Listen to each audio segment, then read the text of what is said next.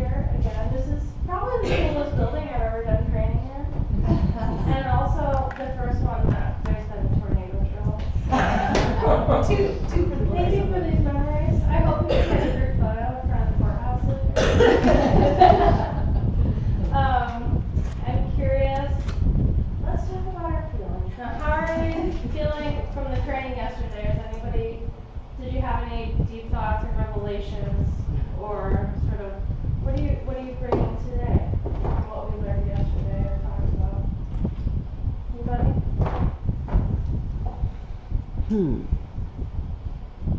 We do a lot of it already, it seems like, so it's not like, oh my God, all this work we gotta do. Yeah. Which is a nice feeling. That's great. Yeah. But I'm speaking from us, I'm not, yeah.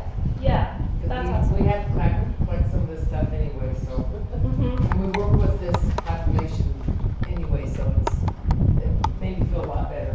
Oh, good. Glad to hear that. It's all about me, what I feel like, right? We got you, Cindy. Absolutely all about you. I think on the IHH perspective, I just think we always encourage employment, Yeah. but I think now we can encourage employment with a lot more hope.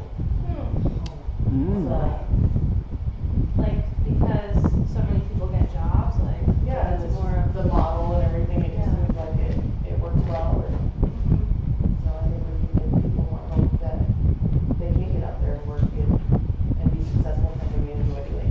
yeah, that's awesome.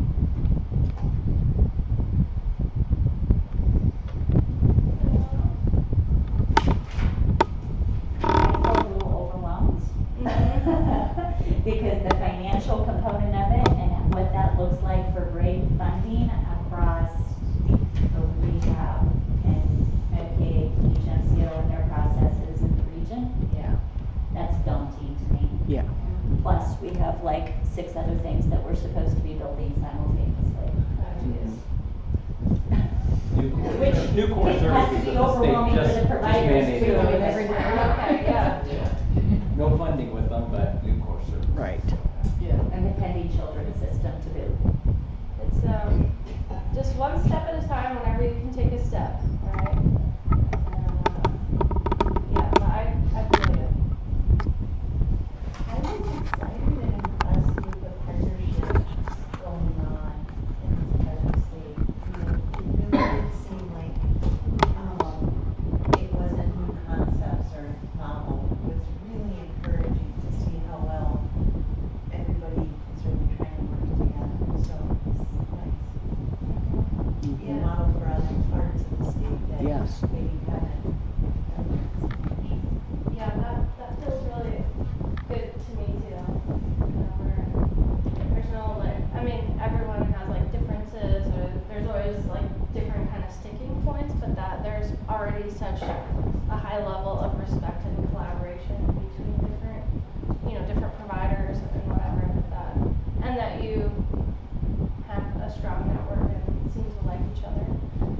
That makes a huge difference. I mean, so much of this work, you're like, it's Iowa nice. I hate you. So much of this work is relationship, you know. I was talking to Oregon, and they're like a million years ahead of all of us as far as like having everything set up and spread out. And I'm like, how did this happen? And it was like, oh, we had a good relationship with NAMI, and this NAMI dude is like on this advisory council for the state and like push for this to happen. But so it was like that kind of strategic relationship and like being in the right place at the right time. So others? Any lingering things from yesterday? Very good. So I have a double computer situation here, which makes me feel very technological. So where have we been? So yesterday, we talked about, just an overview of IPS, the principles, fidelity,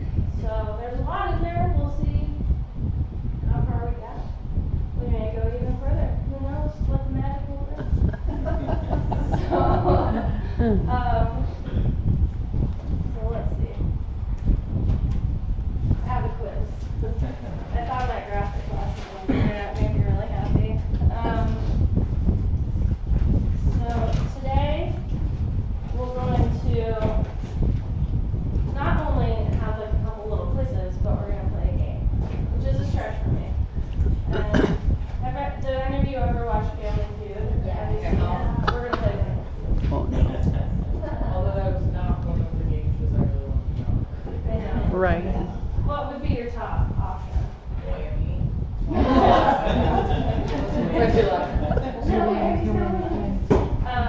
I always want to see how the prices are right. That was new, you know, I went, we had like what's the real Yeah. And they called it Cody, and I got really excited, like, turn over now, and then it worked. What was that on? Price is right when it was in the It's so cool. Okay, so there's a quiz on the front, focusing on client strengths and preferences. Working by yourself, just take a couple minutes and fill it out, and then we'll go over it together. It's not graded. This is not the time to be a perfectionist.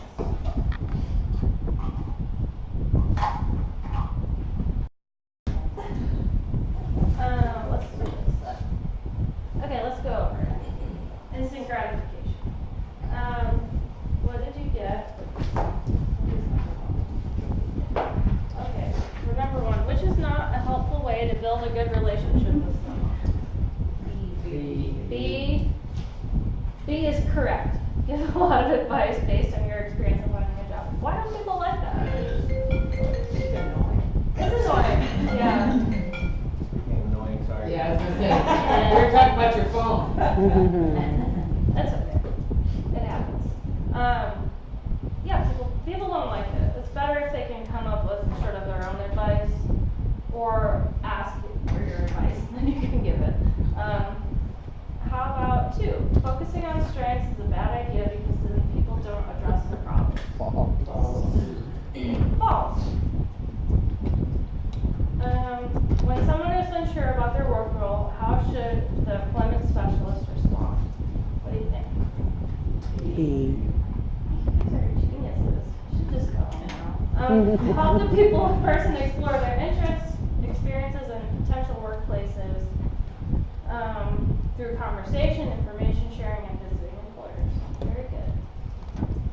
And then how about the next one? Kim wants to work as a receptionist in an office, but your HR contact at Walmart has an opening in the paint department. You think Kim would be a good fit because it's close to her house. What might be the best way to proceed?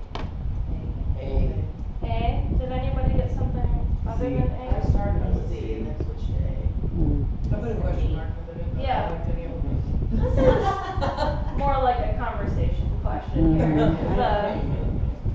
You know, you may do A and you may do C. I think for some people they're really easily swayed, you know. And so it may not be good to suggest it because she's been clear about her preferences. Depending on the individual circumstances, you may float the idea, you know, but you want to use sort of your discretion. So that one was a little bit of a trick. There's also could be some type of part of that job could be focused on that Yeah. receptionist type Yeah. position, so you can always carve something. Yeah. Or like you may want to think about how it fits within her other preferences or not. So like it may be really important to her to work near her house. That might be like her top preference. So it may be something. But it may be that people get annoyed when you suggest jobs that aren't in their preferences sometimes because they're like, well, like you're not helping me with what I need help with. So you have to kind of suss out what the like level of rapport you have with the person. Like, so that's a trick question. Okay, and how about 5? Juanita worked for 7 years as a customer service associate for a bank. She was well respected. She was able to save money and buy a condo. After she became ill, she ended up getting fired. Now, after 4 years of treatment, she wants to re-enter the workforce. So, how many strengths of Juanita did you come up with? This is a numbers game to start with. 7? Anybody get more than 7? You win a prize? I wish I'll I should cheat. have tried. I haven't arrayed it. 8. Oh. Monica, tell us what your 8 are. Work history, financial stability, transferable skills, customer service. I put SSDI. She had worked. I don't know that. Yeah. Positive references, soft skills, and then trigger consistency. All over. Anybody come up with other ones outside of that? Desirable. Desirable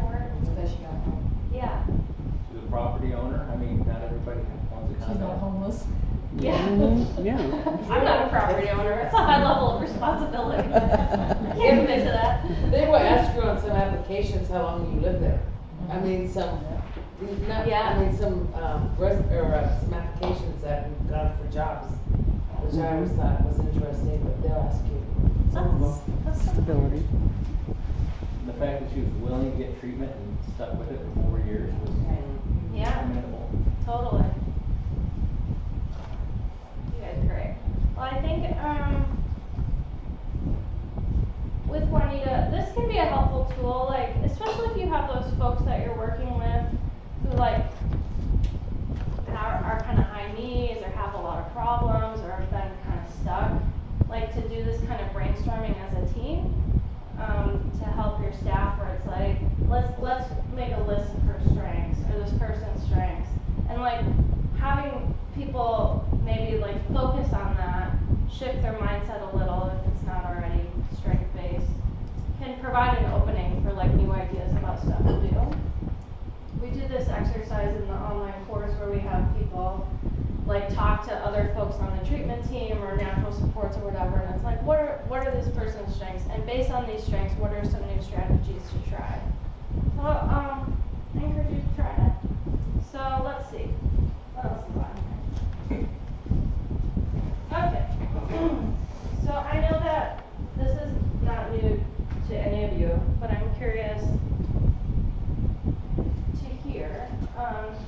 You know, when you think about folks that you've worked with or that your staff have worked with who've had a lot of challenges but were able to be successful anyway, what are some strategies or approaches that people use? Do you have any, does somebody like pop into your mind, like, that person was like a real pain? But like, they did it, you know? What was it? And if you want to share about that person in a highly confidential, if a compliant way, you're welcome to do that. Leah and I had somebody that we shared with that had chronic mental illness, and we did a lot of, they spent a lot of time with this gentleman, and I was real leery to place him because of his voices and his past, and what he will say or do. But anyway, we took the leap, and he was very successful for where he worked at for 3 years, and then a voice came in, and his coworkers, he scared them to death, and so, but 3 years, we were very pleased with that. But what we did was the job coaching, we made sure he was a job coach in a way that we stood back and didn't get in his face, but we had to be there because of the place he worked at. We had never hired anybody with barriers like that before. They were paranoid too. Yeah. And so we kept in contact with them once or twice a week with them, and then we would just stand back and develop a relationship with this person and just talk to him like on a friendship base, and that really worked. Cool. Not as because once you stepped over that, when some job coach asked him to pick up some cigarette butts where he's cleaning, he just blew up, and he had sent messages to some of his coworkers that were really scary. So, and then we worked through that, and then he's able to work 3 more months, and then he sent more. But you know, we supervised him not being right beside him at all. Yeah, that's really cool. It sounds like having that like frequent contact is important to help them kind of stay on the straight and narrow. That's a great example. Others? I would just go back to my example yesterday from the country club. I mean, that gentleman Oh, yeah. had some pretty significant challenges with responses. Very evident responses. I mean, we'd be walking down the street having a full conversation, and never anything harmful. He was, very innocent man, but Yeah. Still successful. That's awesome. Mm-hmm. That's That totally guy I was working with one time, that his hygiene was he cleaned enough for the restaurant jobs or the Yeah. different jobs that we had over in our little community. Yeah. This is when I was in hospital. guy, you know, maybe 30 years old, loved anything physical, so we started looking for something to do with construction, because you don't have to have the greatest of hygiene and cleanliness. Yeah. And, You get dirty anyway. and this guy, he became a bricklayer's assistant. Oh. And there's 3 buckets that you have to mix together to become a bricklayer's assistant. He also had reading struggles, so we made the buckets different colors so that he could do it that way. And Yeah. he is very successful, and then he loves the construction so much, he ended up going on to Des Moines and working in construction in another area, but he was a bricklayer's assistant for quite a while, so he found his passion, so that was great. Yeah. Didn't take a bath, right? No, he never did. He never could get him that great hygiene. That's the big issue, yep. Yeah. My favorite personal example is this guy I worked with in Chicago, and he had schizophrenia, and he was really paranoid. He had like a whole kind of fixed delusion about talking to God, and this whole other kind of side narrative about like wanting to be a pimp. Like he was just really kind of out there, and he did a lot of like drugs and had a felony background, but like was really cool. We spent a lot of time together, just like getting to know each other, and I would listen to him kind of talk about his random things, and he was very reliable. Like we always showed up for our appointments, and he was like very tidy. It was kind of sad because he lived in like a crummy little SRO, and then he got his own apartment, and the apartment had like almost no furniture in it, so I'd go see him and we'd just like chill on the floor. But he was just like a really cool dude, and so I helped him get this job cleaning at cell phone stores like after hours. So they had hired this cleaning company to come in and do this cleaning, because the guy would like talk to himself all the time, and it was like a relationship I had built through like a friend, the employer relationship, and then they hired like 3 or 4 people from our program, which is not like the most IPS friendly thing, but whatever. It was a cool job, and he did great there. Like he loved it. I job coached him. It really sucked because it was like 9-10 o'clock at night, like cleaning these cell phone stores. But what I was really impressed by was during the training, like the boss was there, and the guy would be like talking to himself and whatever. And anytime the boss would like get within earshot, he'd like straighten up, you know. So it was like really cool to see like kind of how he managed himself, like in the community. And then he worked that job. He didn't work a ton of hours, you know, but he would travel around. They gave him the keys. It's like high inventory stores and whatever. And he worked there for a really long time. And the irony was, it was like, oh well, we're worried that people are going to steal the cell phones and whatever. And of the people that got hired, he was the person that had a criminal record, but then somebody else like stole phones from the store. Oh. But I think what was sort of serendipitous, like not necessarily super planful on my part, but that it ended up being such a good job match for him, because it was in the evening and he was kind of antsy, and so that was like a good time for him to be working. But then also that he got to work completely by himself, which is like a really hard job to find, right? Mhm.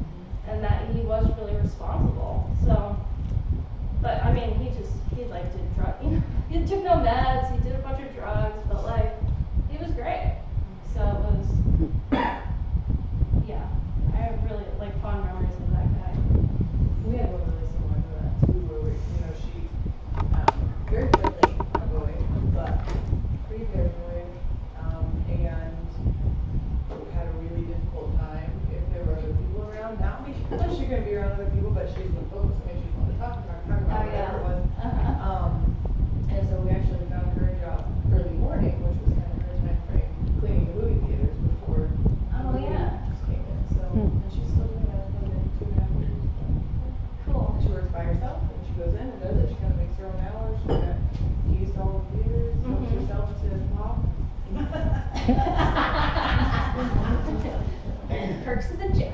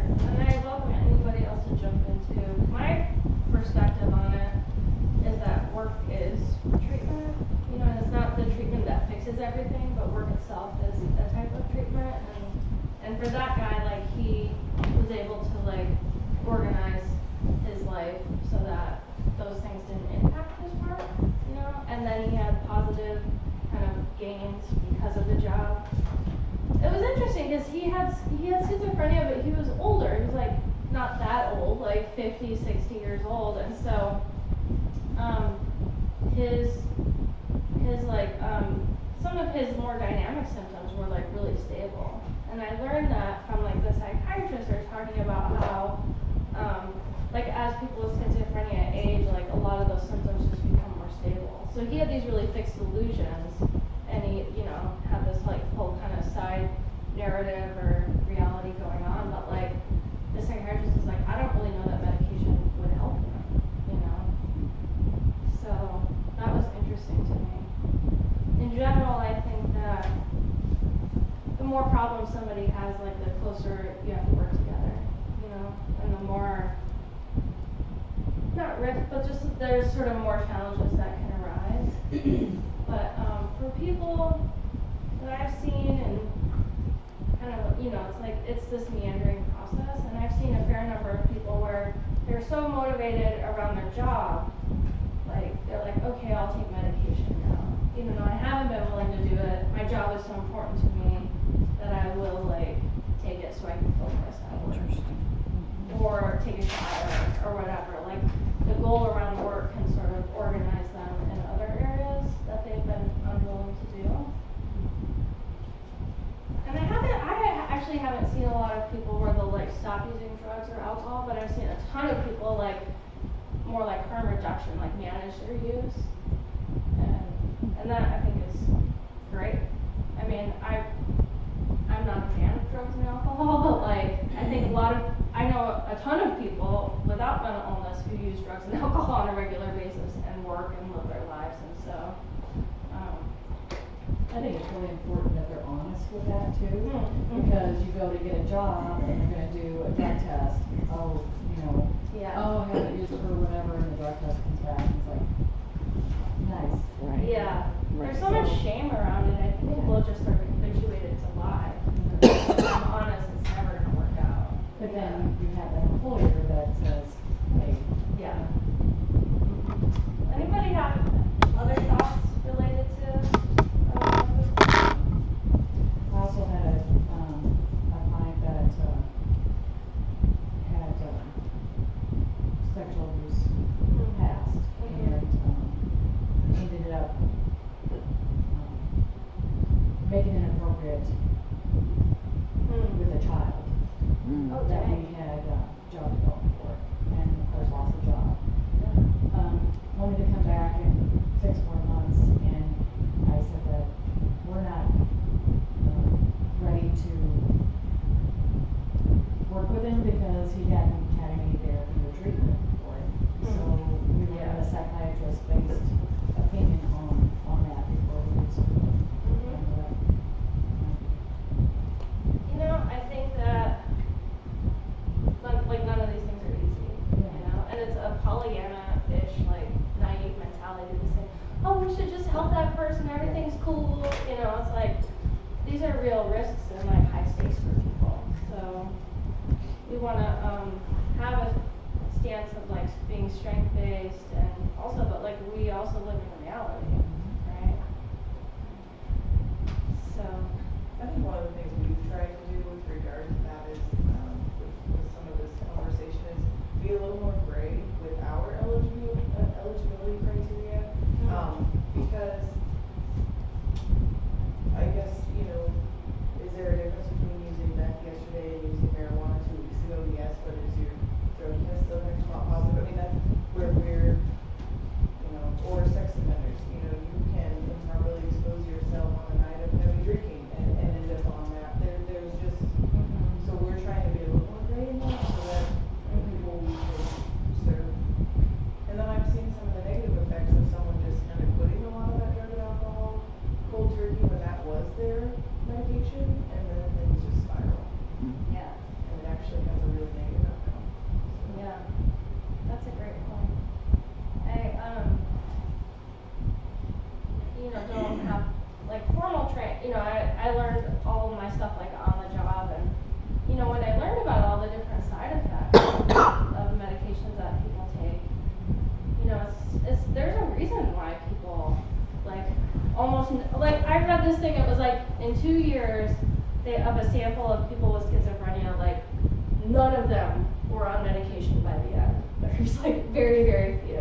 Cause it's like, yeah, you're impotent, you have this, you feel like you're not yourself, there's all the, like really significant side effects, and I think, like I would try, just try to put myself in that person's shoes of like, okay, maybe alcohol feels like it works better because you don't have some of those things, or it's not good, but I respect that choice.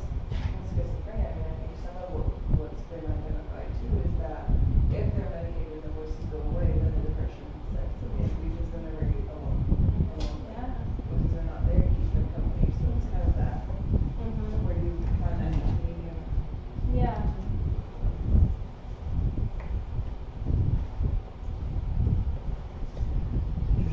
Well, if we actually took a look at ourselves and our coworkers, I mean, they all have issues, Yeah.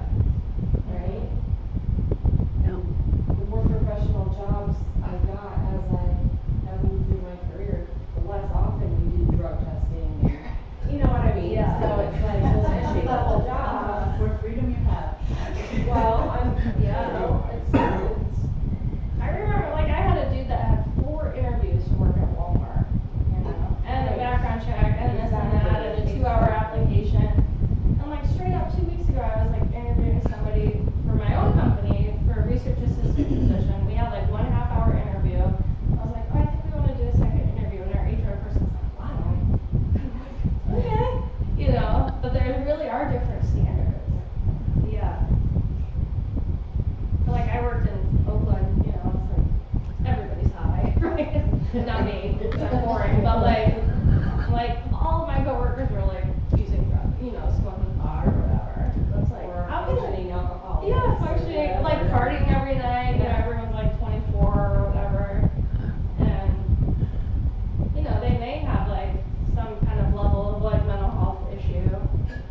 Like we all do, we live in reality, right? We all have at least a mild mental. No, so I think like, how do we not like, how do we, like, not hold people to other different standards or higher standards? But it's complicated, right? It's like, the stakes can be pretty high.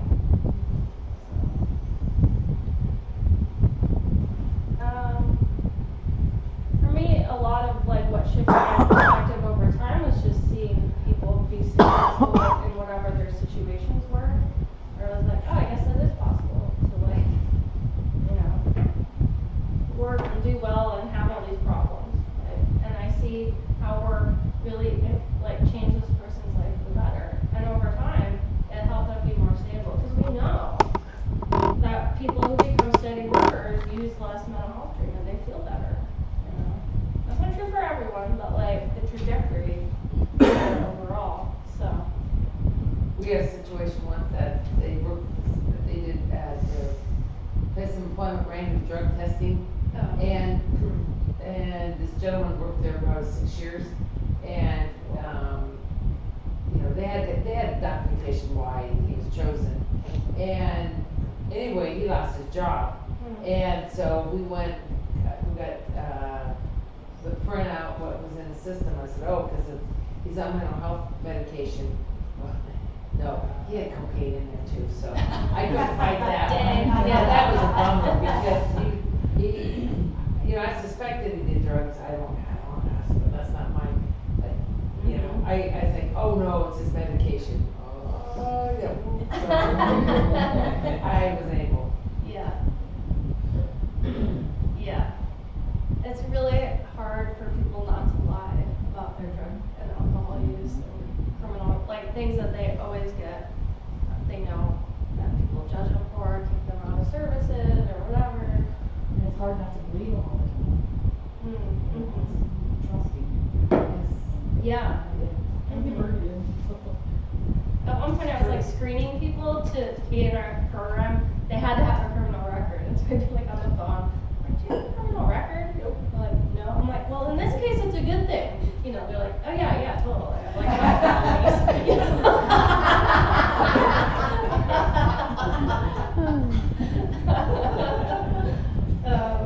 I think like job losses are a hard time to be strength-based, right? Like especially, you know, like some of the examples people have shared, you're really invested with the employer and you're like, ah. So sometimes it's good to know yourself and like take a break. It's like, I can't meet with you right now, I can't talk to you about this. Come back and then process it. But I don't know about you, for me, like being in a strength-based stance always feels better to me than being in like sort of focused on problems and deficits.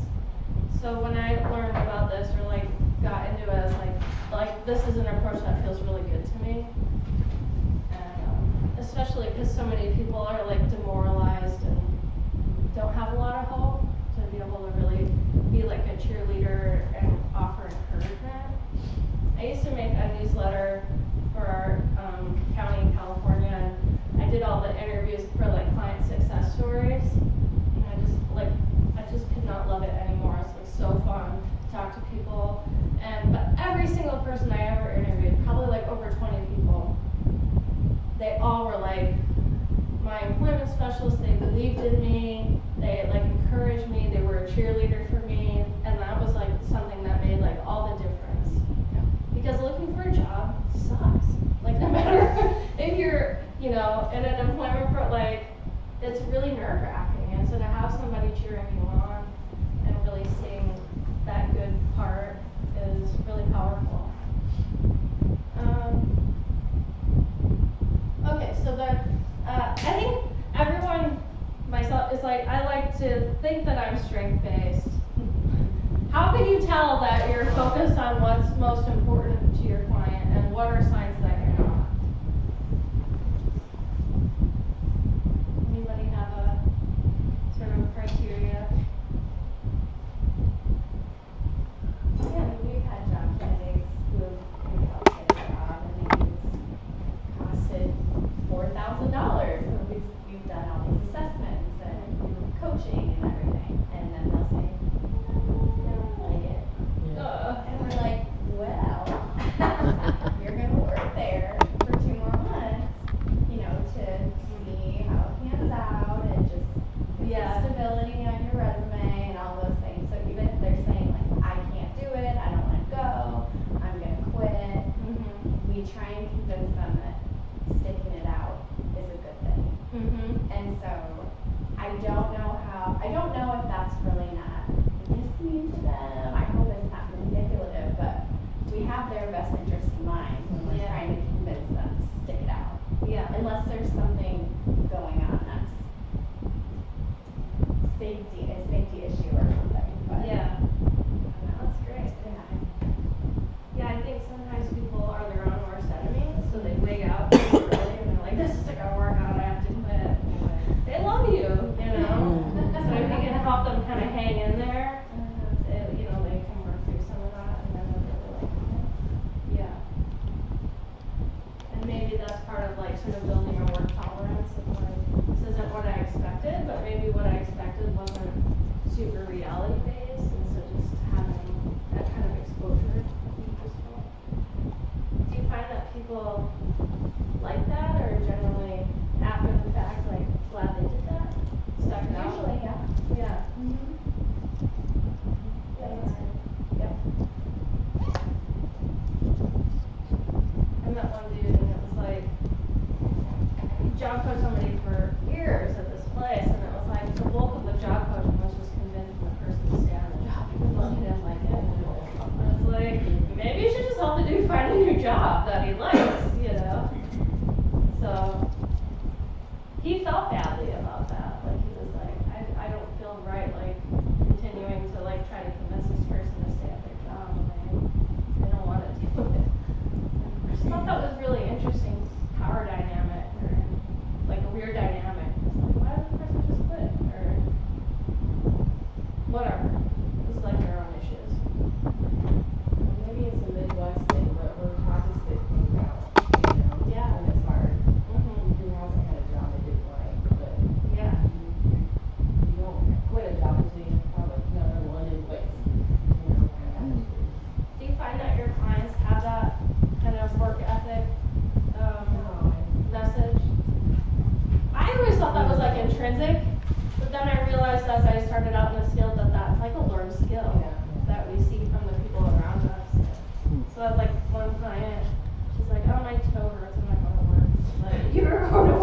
Welcome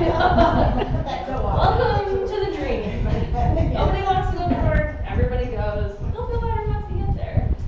I think sometimes that is one of the biggest challenges is that it's environmental and then they continue to live in that environment. Yeah. That's right. It is challenging, but. Yeah. Another challenge we have is, the fair bills, the insurance, social security. Yeah. So now we're very, very, very lucky in Tillman area, we have a benefit planner. I mean, years ago, they had one for the whole state of Iowa or two. Wow. And now we're able to access him constantly, and it has saved jobs. Because, you know, they look at me like, I don't know, I went to training, but I feel over my head, I can't tell you how much you can make. I can give you a rep, but this, you know, with that benefit planner, he can tell you exactly what penny, that's helped a lot. Yeah. Haven't you guys seen that? They're not so fearful of working now. Yeah, That's awesome. Yeah, I think a good benefits planner is like worth their weight in gold. It's really complicated information. And it changes every year. I'm like, I got it. Nope, not anymore. Right. Let's see what other stuff here. And then, okay, so I have a little list here. Where did it go? Okay. Below are signs you may not be focused on what's most important to your client. You find yourself doing most of the talking. You advise a person to do something, you know, sort of offering advice, unsolicited advice, but I think asking permission to share some possible solutions, that is like a more equal dynamic. You find yourself trying to persuade someone about the best course of action, and you neglect to occasionally ask people how, if you are focused on what is most important to them. I think, so these are like motivational interviewing type skills, right? Or like, not being pushy, because like, the more you try to like get in there and boss somebody around or like parent them, or you know, like it's all very well intentioned, but people just pull away, right? And then pretty soon, like you have no idea, like they're kind of shut down and not sharing stuff with you or telling you what you want to hear. And so I think that is a good quality to like try to impart to our staff and, you know, use in our own work, and I use with people in my family. Where it's like reflection statements, kind of open-ended questions, you know, asking people what they think they should do, and trying to, you know, it's like, it's a really delicate thing to like be present and engaged and invested and caring, but be like more a little bit detached, right? Because it's like, when I'm more invested in this person's outcome than they are, like that's a setup for really being bummed out, you know? And I think that, you know, I've seen that in like newer vocational staff or new like case management, like we all kind of have to develop that skill, that muscle to be able to like give it all we got, but then being able to like step back and respect that that's this person's own life and they have the dignity to make their own decisions, however bad I may think they are. Have you seen that in your work with people or your staff? I think a challenge that we have is that the folks that we are trying to nudge into employment, they only have the life experience that they have. Yeah. And there's generational issues usually behind that, Yeah. a lot of times. And if they have a Social Security disability determination, they have security income on a monthly basis.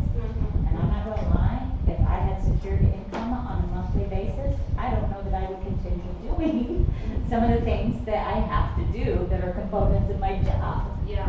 So subtly nudging folks to, you know, look past what they know to what their life could be, is a challenge.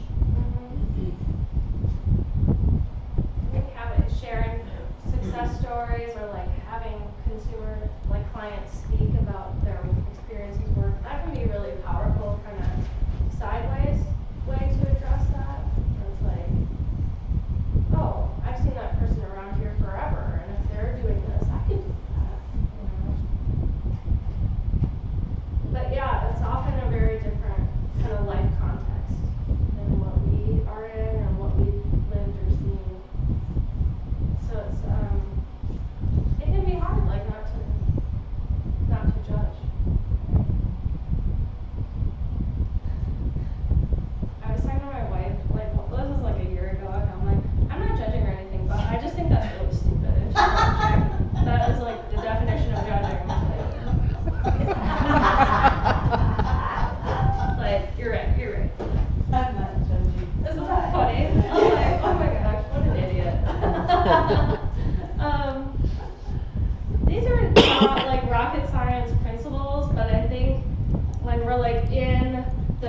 our day-to-day work and our staff are doing, it can really, it's easy to lose sight of like the forest and the trees.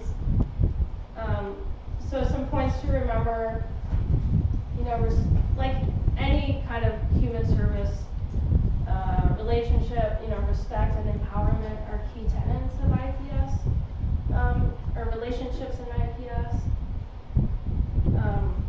And then also change is difficult for people even if they really want it.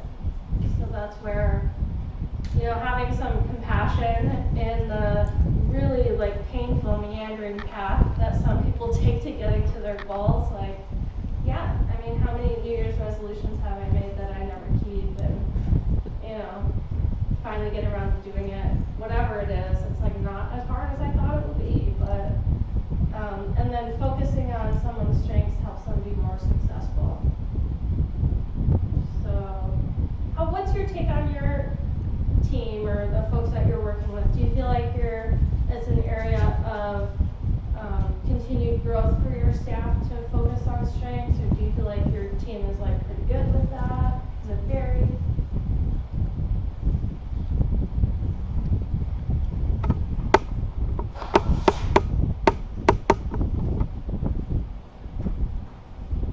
I think my team is excellent at focusing on strengths.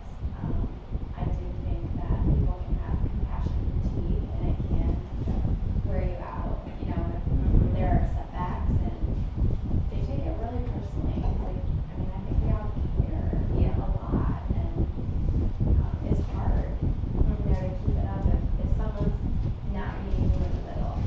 Yeah. Totally.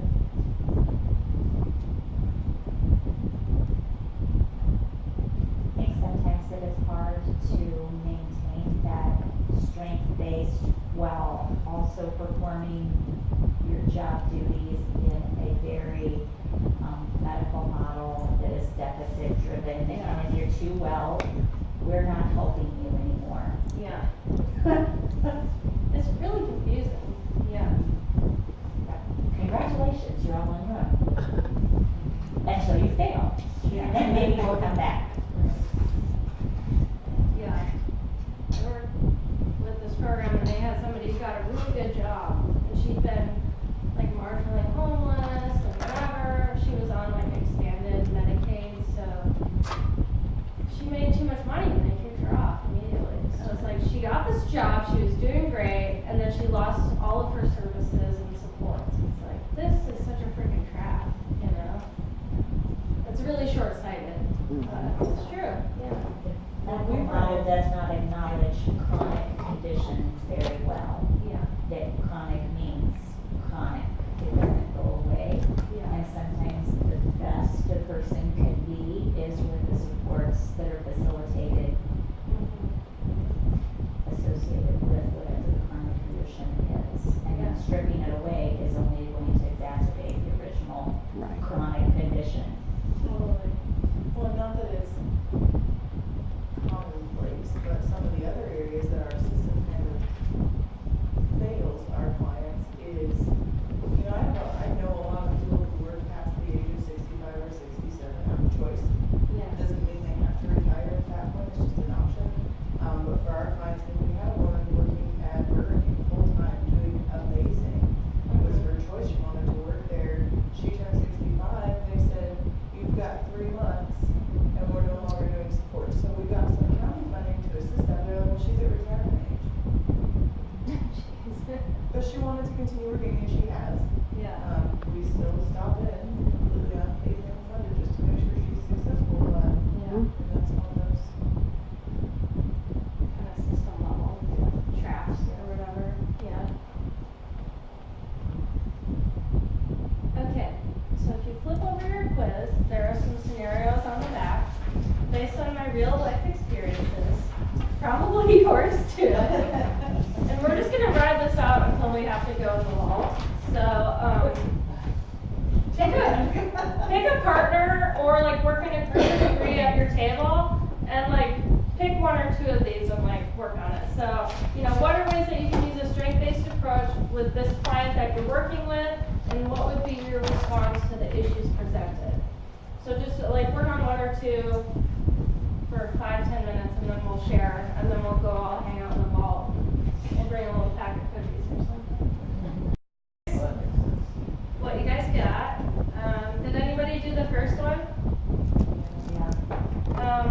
So James, he's kind of flaked out. What was your ideas?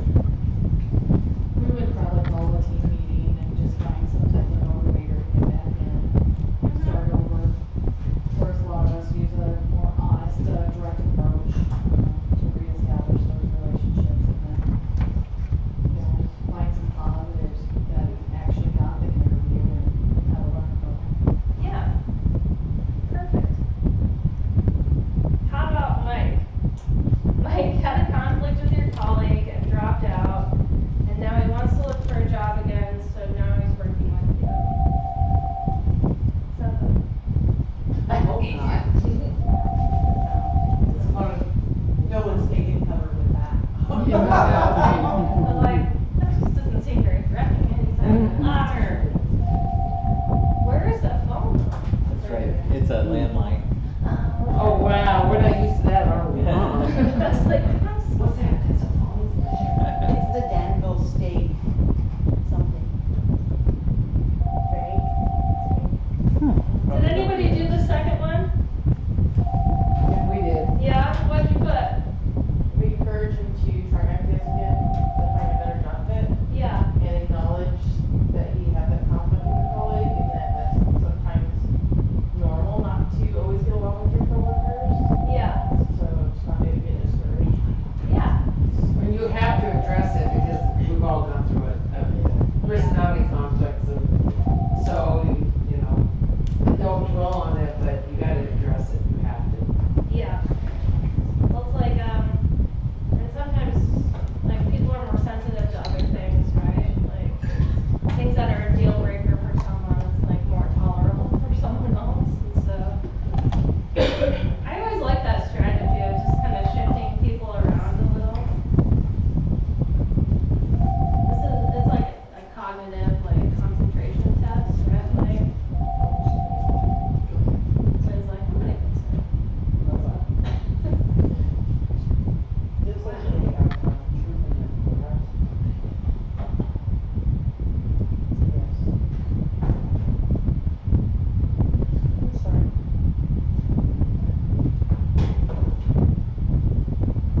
Okay. Nice job, Melissa. How about Melissa? Melissa wants to put detailed information about her pets on her resume in the interest section. This happened to me. Go for it, Melissa. We think it's totally appropriate to put pets on your resume. Tell everybody all about your cat. And, we talked about other skills with owning pets, how is that different than other interests, And then we also talked about strategies like maybe a video resume, highlighting some of her skills with her pets. Well, she's so interested in her pet, maybe she should go work in a shelter or work Yeah. at a clinic. Yeah. We said to encourage her to add in her interest that she's an animal lover, unless it's a job that she's applying for about animals, then she can elaborate more. Yeah. I like that. I do think it shows that she pays attention to detail. I mean, if she's gonna give them all that information, that she's a wealth of knowledge. Mm-hmm. Yeah. Like, this is an important part of me that I want to convey. And, people who like cats, like other people who like cats, people like to talk about their cats, so maybe fine. I disagree. Really? Only personally. I don't have any cats. I'm actually not a pet person at all, so I kind of. I have 2 cats and I need both, so.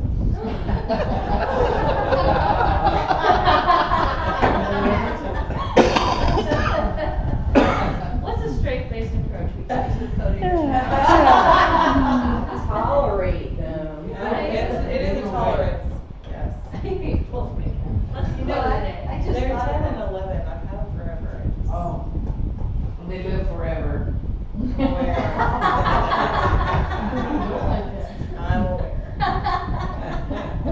Who was it saying that a cat lived to be 23? Oh. Stop it. Was it? Look, you were out for dinner. I think it was, yeah. That's great. mortified. 43. Yeah, it's not pretty. I have two, and there's one that I'm like, I'm so over you.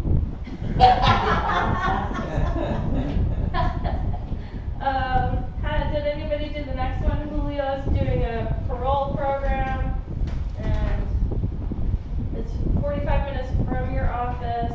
If he gets a job, he won't have to attend the program anymore. Anybody have ideas for that one? Is that his motivator for getting a job? This would be my motivator, that's for sure. So the pickle is, right, that he can't come to your office really during your general working hours, between 9 and 5. So what would be a good strategy to help him find a job? Did you have? Oh, that's cool. We don't have regular, like, office hours, but if someone needs job development, 8 o'clock at night, Yeah, yeah, so being flexible kind of helps. Going to him, maybe as a lunch break or whatever. That's definitely our focus now is the community-based piece as far as saying on the first one too, is if James was not coming to you, then go ahead. Yeah. See if there's a way to meet him. Yeah, there's a fidelity item around that. It's like about assertive engagement and outreach. So if people are missing appointments or just disengaged, like using a variety of strategies. So like making like multiple home or community visits, collaborating with the team, not closing someone if they miss a certain number of appointments, stuff like that. But it's like, oh, I called and texted them several times, but I never heard back. And it's like, for some people, that's just not enough, right? Like, you gotta stop them, not in the legal way. How about the last one? Your client Charlene often feels discriminated against because she's African American. She shares about her experiences of discrimination during your meetings.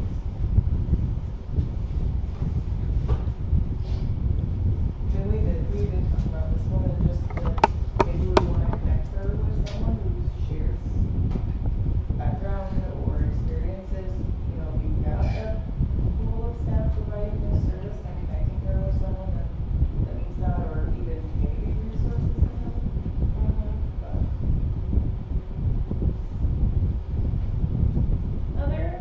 That's great. Other things that people came up with for Charlene? Just understanding why she feels that way, really processing that, using motivational interviewing to help her talk through that. Yeah.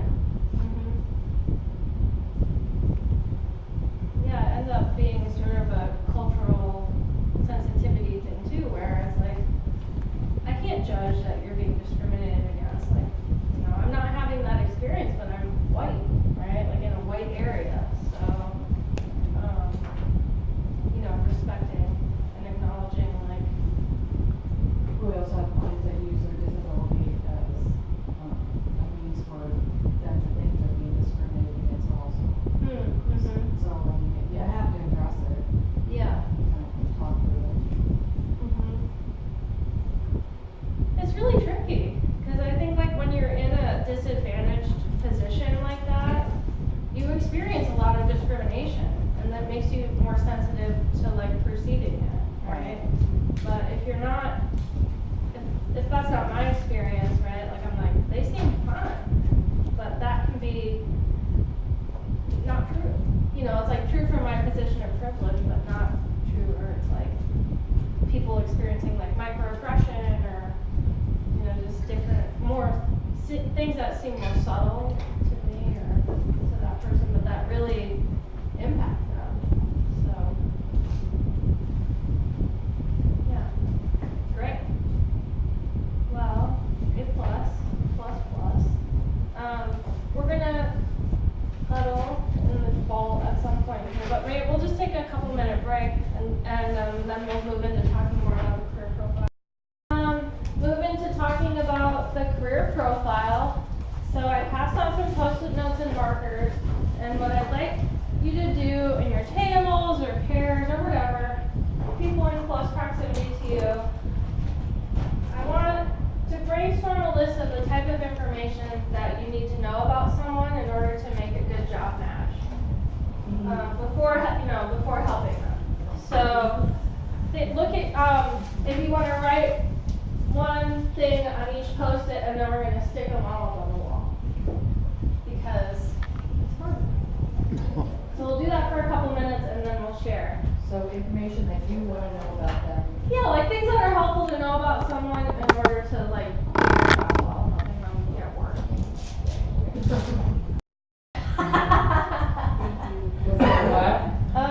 Who wants to go first? Sharing the ones they came up with. Rachel? Sure. We wanna know what their likes and interests are. Mhm. We wanna know if they have family supports, and is that good or not so good? Yeah. Do they have reliable transportation? In this area, that is number one, probably, Yeah. the biggest barrier to work. Yeah. How old are they? Do they have benefits? What kind of benefits? Do they know what they are? Do they Yeah. understand what happens when they go to work? And, other providers they're working with? Are there accessibility issues? Are they in need of any accommodations? Are they managing their disability, their symptoms? Are they stable? Yeah. Do you find that people are pretty open about that? Eventually. It's a motivation. Yeah. Yeah. What are their special skills and abilities? I love that. What kind of shift do they wanna work? That is also gonna impact childcare and transportation. Yeah. Do they have childcare? And if they're working second shift, is there childcare available second or third shift? Yeah. Because in this area, it's non-existent, Yeah. unless it's family. And what are their training needs? You know, if they're wanting to work in an office, do they need to upskill? Do they need some classes, you know, whatever? What's their criminal background? Yeah. I forgot about that. Great. Really awesome list. Nice work. This table, Cody, you want to share the ones? Yep, Your team can work with? they're similar. We wanna know hopes, dreams, desires, life experiences, any potential work restrictions, their job history, triggers or like environmental barriers, transportation needs, natural supports, cultural considerations, important considerations just in general, Yeah. preferences and needs, coping skills, dislikes, strengths and interests. What are some cultural considerations that you found are important? We work with a large refugee population in Iowa City, and it's something that I hadn't really thought about very Yeah. much when I went into the field, and now it's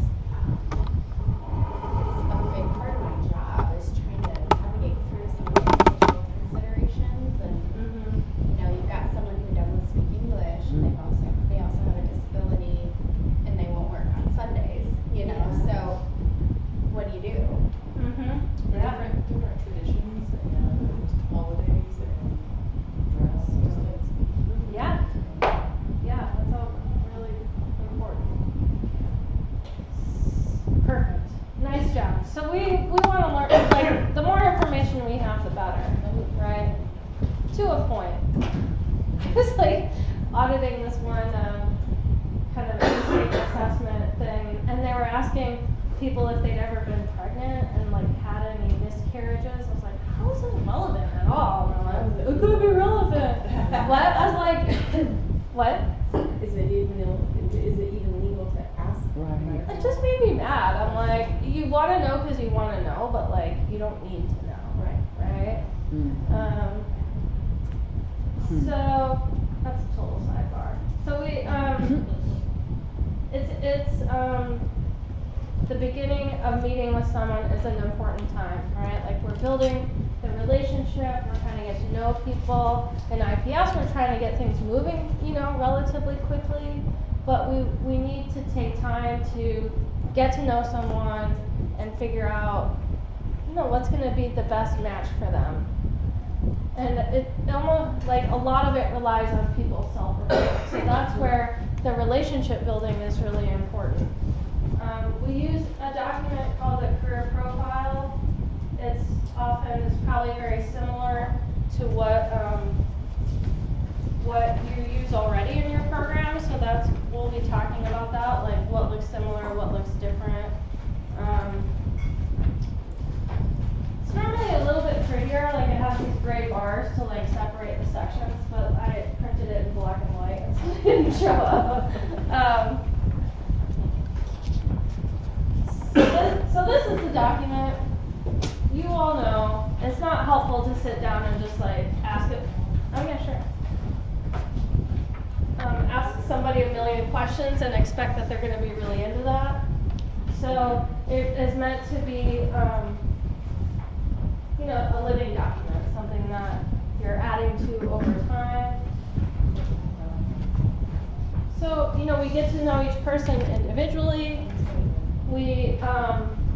This is something almost nobody does, but it's really, really, really helpful in talking to the person themselves, but then also other people in their life, so their therapist or case manager, VR if they've been working with VR before, family members with permission, and previous employers with permission. Like, just getting to know someone through these, because often, right, people are not good historians. They don't remember where they worked. They don't remember when it was. They know they got arrested once. They don't remember what happened. And so that's where connecting with other people to get good information becomes super helpful. So that is part of this. And the career profile guides the person's goals, right? So we use the profile to create a job search plan or like a school plan or whatever.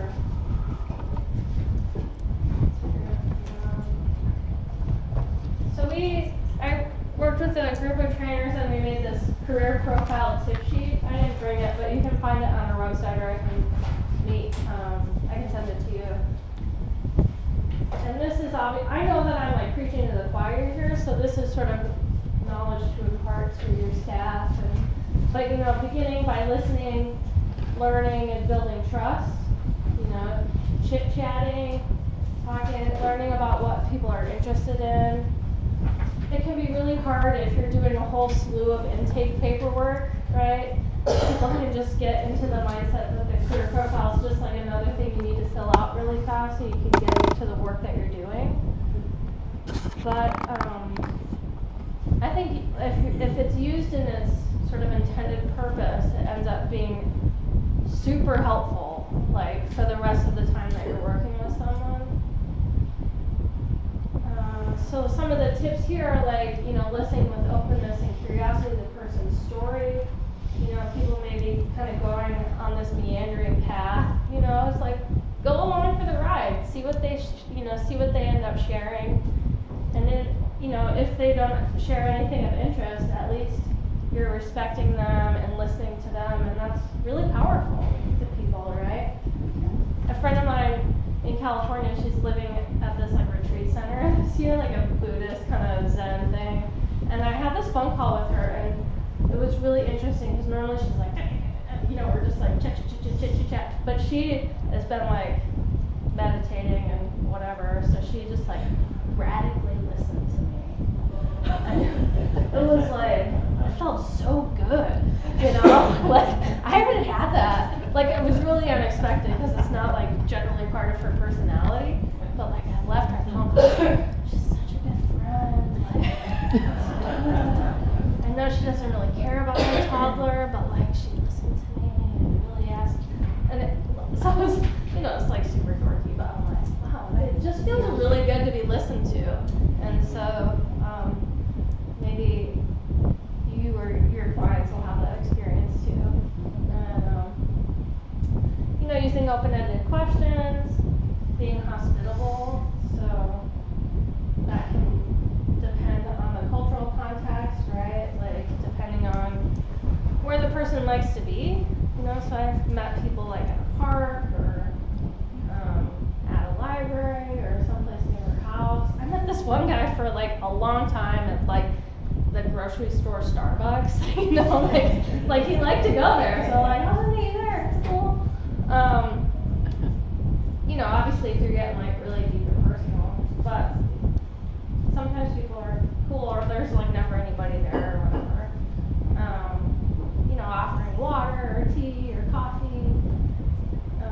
Trying to just make it convenient for someone to be able to meet with you and feel comfortable and share.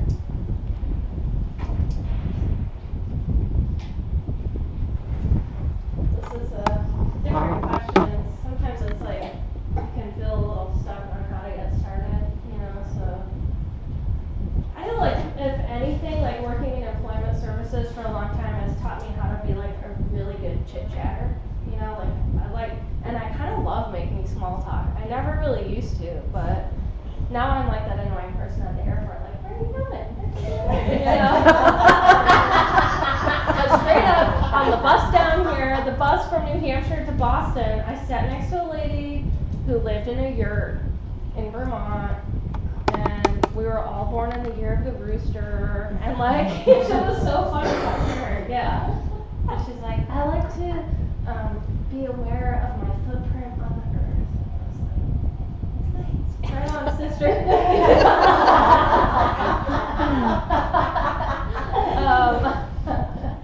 So, you know, what do people say that you're good at? What do you want life to look like in 3 years? What would be the smallest or easiest first step for you? You know, when do you feel the most like your true self?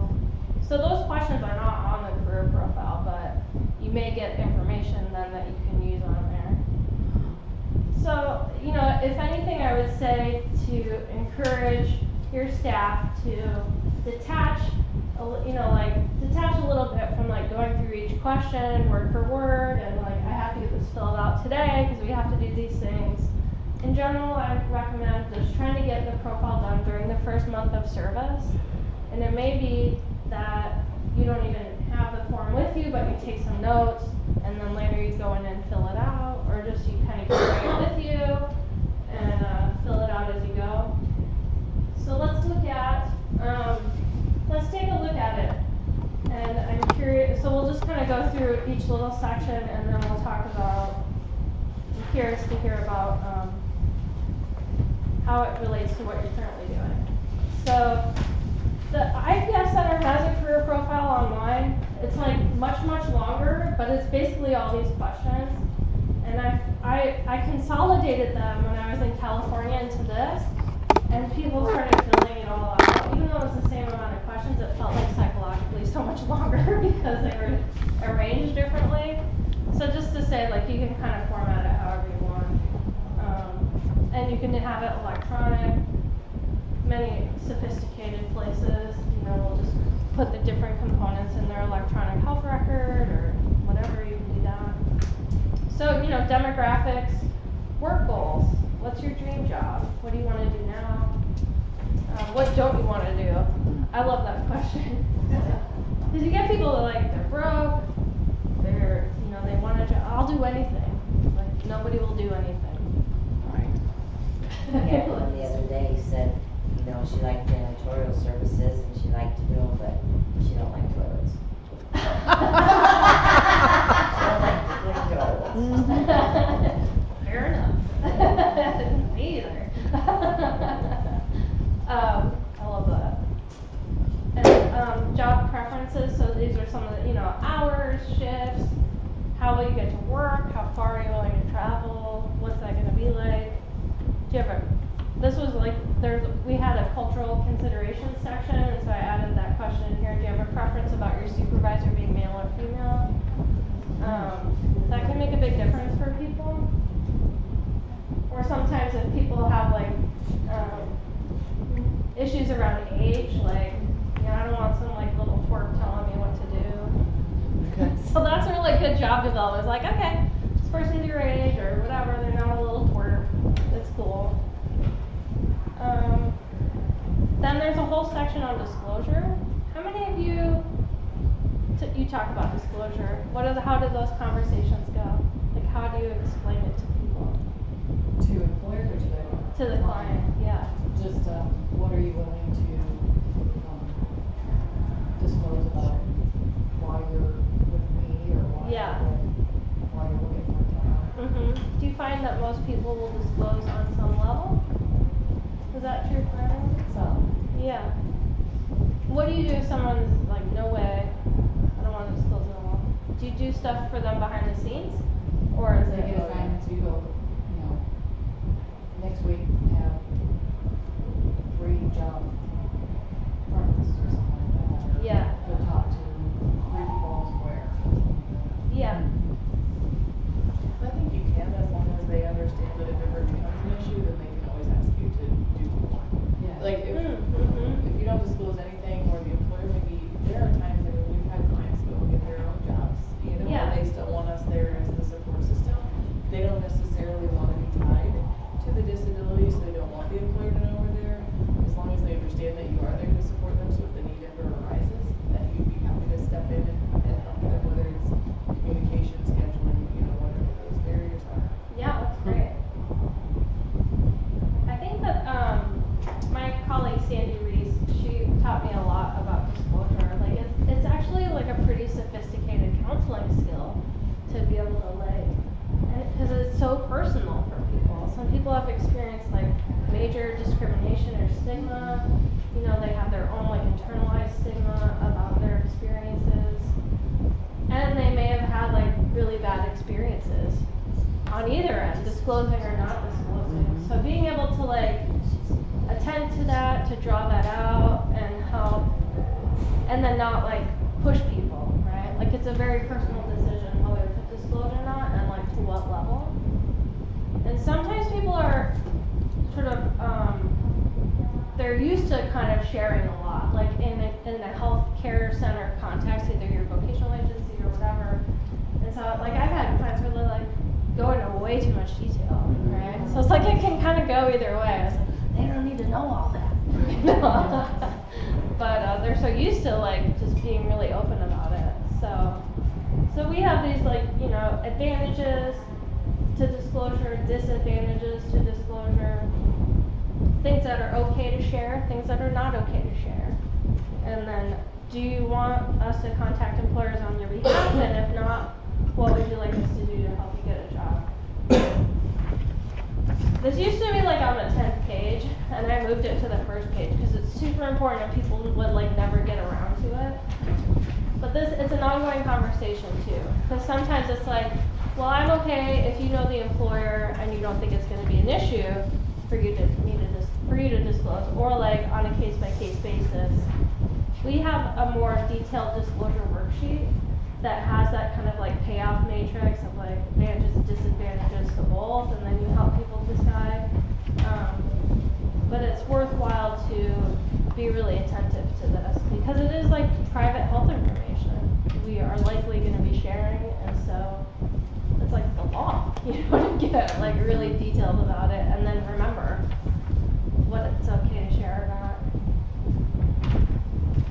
So then, about education includes like being in the military, are you interested in school or not? This profile doesn't have a lot about other stuff about school. We have I have some kind of like education addendum. So like if somebody's really interested in going back to school, you can ask more information around like what went well for you in school, what didn't go well, like what do you think some of your needs are, were these problems, etc. So I can share that if you think that that's something that comes up a lot in your programs. And then you just have work history. The questions so people will often say like, see resume, so they don't fill this part out. And I'm like, please fill this part out, especially these questions kind of in the middle, like, what did you like about the job? What didn't you like? Why did you leave? Like, really, not maybe what you would tell an employer, but like, really, what happened? And can you use this as a reference? Those are super helpful questions, as you know, like, oh, so there's a pattern. You always get mad at your boss, you yell at them and you get fired. Or like whatever. So this is a kind of fun part to like look for patterns too. Okay, like you last about 2 months.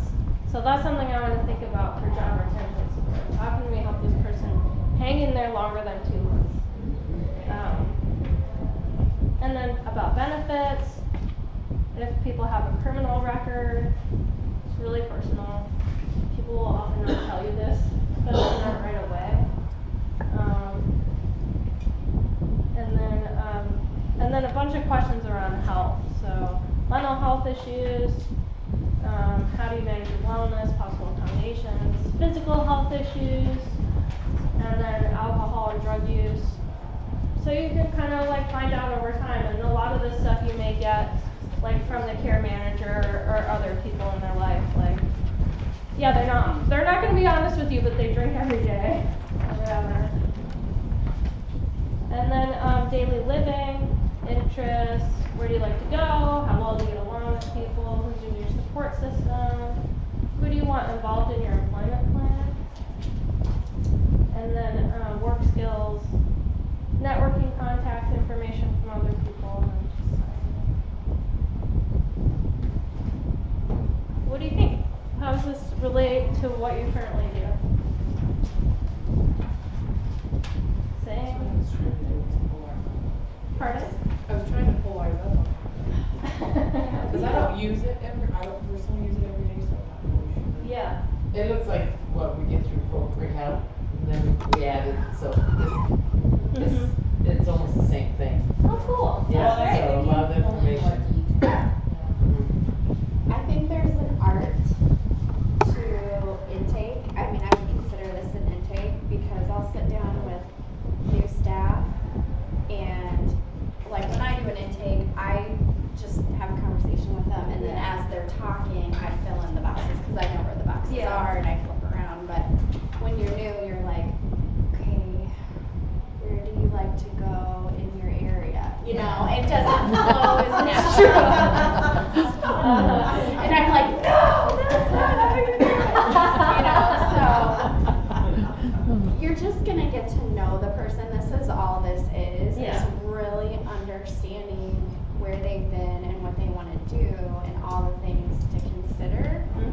And it's gonna take some time to get all of this because you have to make them feel comfortable and you have to read between the lines if they're not giving you the whole story. You know, it's hard. So some people are good at it and there's other people who kind of struggle because they're black and white and they just kind of go down the list and it's rigid. But you might have to circle back or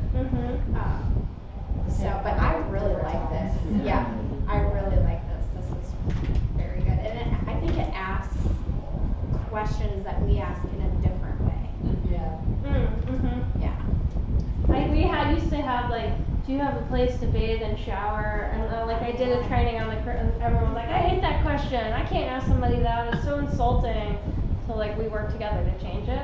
And so that, you know, it's like there are certain things, or if you're working with like a young adult or whatever, it's like they don't have any work history. You don't need to ask them a million questions about the work history. So there's just like specific considerations too. Yeah.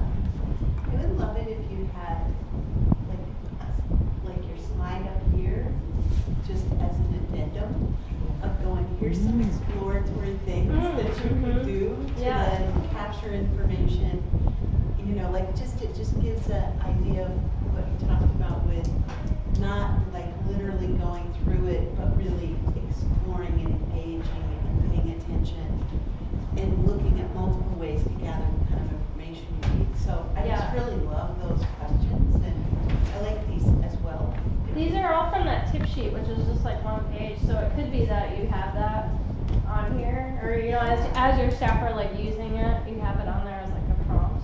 Or I would like have it says like put it on your desktop or like put it on your bulletin board. You look at it for like 2 days and then you never notice it again. Right. Yeah. That's the thing, we're trying to establish trust with our clients. Yeah. And, you know, a lot of times what we get is, I gotta tell my story one more time. Yeah. And so if you come across in a different way, instead of just reading it right off the paper. You know, Yeah. asking the different stories, do it as a conversation back and forth, or they'll take it like, oh, maybe I don't have to tell my story, even though we're getting a lot of information from the questions that we do ask. Yeah. That's Well, and I good. think sometimes through your referral sources, you get a lot of information. Yeah.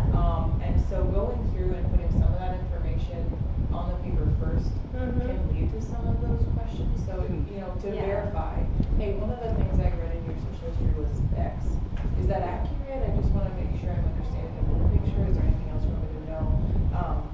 But pulling some of that information, so you have a little bit of an idea from the beginning, that Yeah. maybe there are certain things they don't like to talk about, and it would be nice to know that before you sit down and ask that question first. Yeah, some people do it differently. Like some people really like to go in not knowing much about the person just to like form their own opinion, and some people like to like read all the other info to be like really prepared.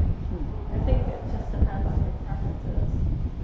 But I do think it's an important point to like, we don't need to pester people for all the answers to different questions if we already have the answers from someplace else. So in the spirit of relationship building, it may be like, I know that we have this info, you know, is there anything you want to share about it? So make sure I know. Because sometimes that stuff's wrong too. Whatever happened to any of you, but you know, or it's old. They don't take that medication anymore. They are not on parole anymore, or whatever.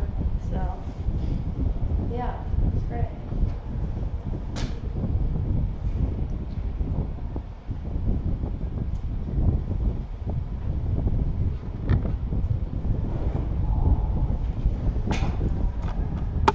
So this is very obvious, but something that people sometimes fail to do is like this document is used to then create the plan.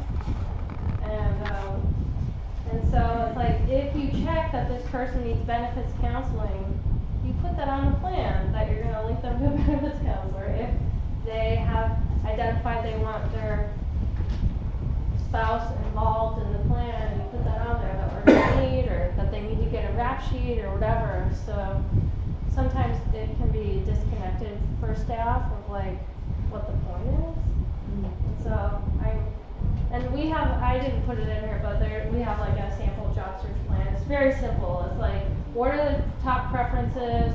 What are some employers we're gonna approach first? Are they open to disclosure? Yes or no? Basic. But you can integrate that also into what you're already doing. And they may be coming with something like that already, like through VR. So just kind of see like where, as you're sort of integrating these types of documents, you want to look at like, what are you currently doing? How can it replace something, or you just add a little bit in, or what is already there is sufficient. So it's not ideal to create a parallel process, because we all do too much paperwork already. Yeah. So I think that might be it around the career profile. Does anybody have anything else they want to add? Okay, cool.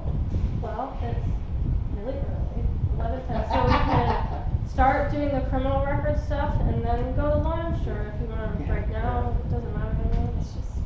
Let's start. Okay.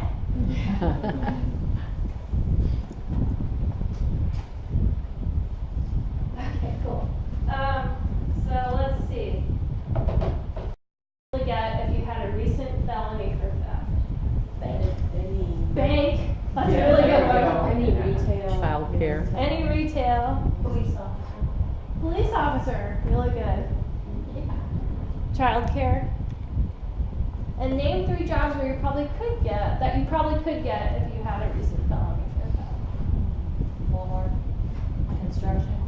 Oh, yeah. Welder. Yeah. Construction, yeah. IT. Yeah. Really? Might still We have to provide. Theft is hard. That's why I put it on here. Yeah. That affects everything. Yeah. Maybe at a restaurant, like dishwashing or whatever.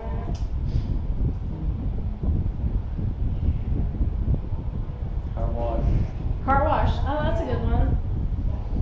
At a place you know that doesn't do a background check. Depending on how far back it goes, you know, if it was just last week or if it was 6 years ago, you know, that makes a difference. Yeah, for sure. Great. And then, when working with someone with a criminal record, which strategy is most helpful for getting them a job? Looking for a list of companies that hire people with criminal records. B, not telling the employer and hoping they don't find out. C, coaching the client to talk about why the felony was not their fault. And D, helping them meet the employer face to face. What do you think?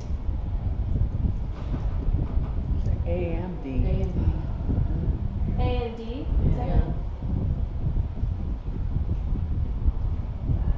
We look for companies that, or we talk to them on ourselves if we have, who will hire Sonics and. Yeah. We used to do employer tours a lot, and we would just come out and ask them, what's a deal breaker? Yeah, that's great. Were people pretty open about that? Yeah. Yeah. The unemployment rate changes things as well. Yes. People are more willing to take a chance right now. Yeah. I know, it's so awesome. Yeah, I would say probably D. D is definitely effective. Sometimes A is good. Depends on the list. Sometimes if you're new, you wanna have like a positive placement right away, so. Yeah. Make waves, I guess. right People away. who've committed murder are really very loyal, good employees. I read this thing about it where it was like they looked at a sample of people who'd been convicted of murder and like murder's like a crime of passion. Often, you know, most people are not serial killers, but like it, you know, they are really severe consequences for it. You know, and then they know it's really hard to get another job. So they're like, they stick around for a long time. But we have somebody on our caseload. Yeah. I mean, they really get scared when they see Yeah. convicted of a murder. Yeah. There are employers who do take advantage of the tax credit. Mhm. And also there's the federal bonding program. Yeah. I feel that people What's often that? use that. Tell us. I don't know the details, I've never done it, but, it's a program offered through workforce. Yeah. The federal bonding program. Has anybody ever used it? It's the work opportunity tax credit and then there's the federal bonding Yeah. program where we help you fill out the paperwork at VR, but you can apply for tax credits and then Yeah. they're bonded up to a certain amount. And it's usually a time frame of like 6 months, Mm-hmm. and then if the employer wants to re-up that, then they can do that on their own after that. Yeah. What And does it's it like, mean by bonded? What do you mean by bonded? so they're like it's like an insurance policy So, for the like, employer. That's what I want to make sure. Yeah. Yeah, like if the employee flames out and steals half the equipment or something, then. And you can get like special, there's like some limits, but then you can get more. I worked with this guy who, he was working at like a Jaguar dealership, but and they wanted to use it, so we were able to get the limit like much higher because those cars are so freaking expensive. Yeah, it's really underutilized, but it's free and it's useful. So that can be something to share with employers, even if they don't use it, to like know that it's there. For sure. I think if you are in your team or like as a collaborative, you're keeping a list of, you know, like when you're tracking your employers and like what are the deal breakers or not, like that information is super helpful to have. Yeah. But when I was working on that Criminal Justice Act team, there was like always this list floating around. It's like companies that hire people for, it's like Coca-Cola and like blah blah blah, and it's like Wells Fargo. It's like they do not, you know, like this is like some weird PR thing. Like who made this? And also, it's illegal to say you're never gonna hire anybody with a criminal record, right? Like you can't say that. But and it works really well when you call them out on it in a conversational way. Yeah. Really great hires. Really, they just love it.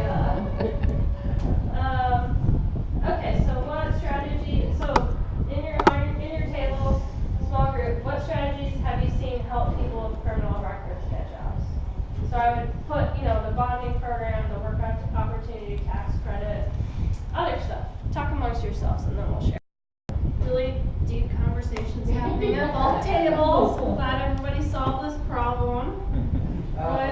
What were some of the things that you shared? Strategies that work, or conversely, things you tried that didn't work?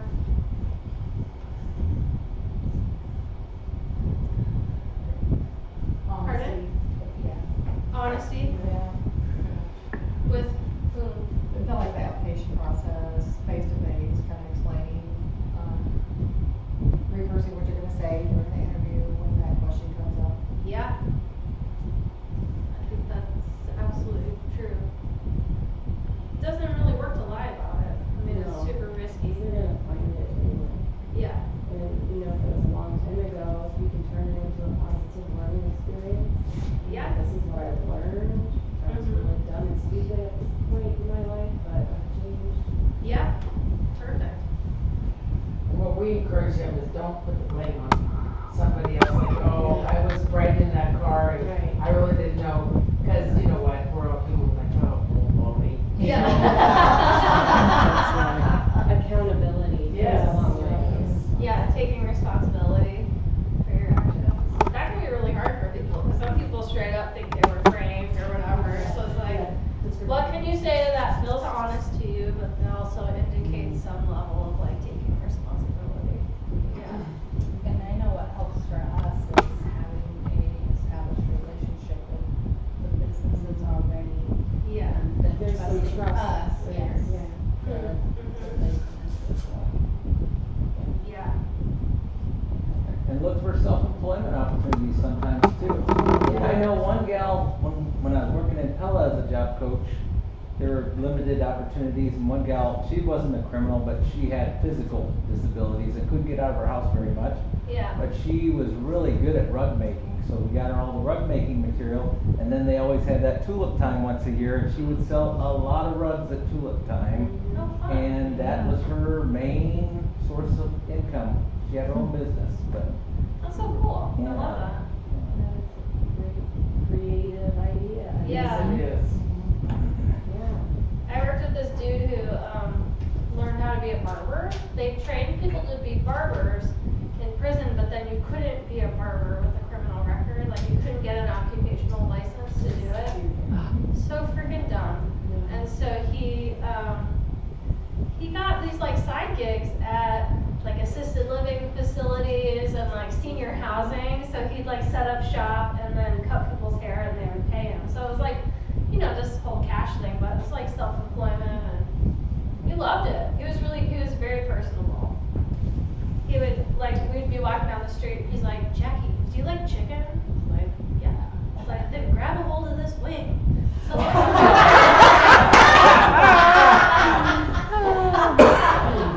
so awesome. I offer that line to all of you.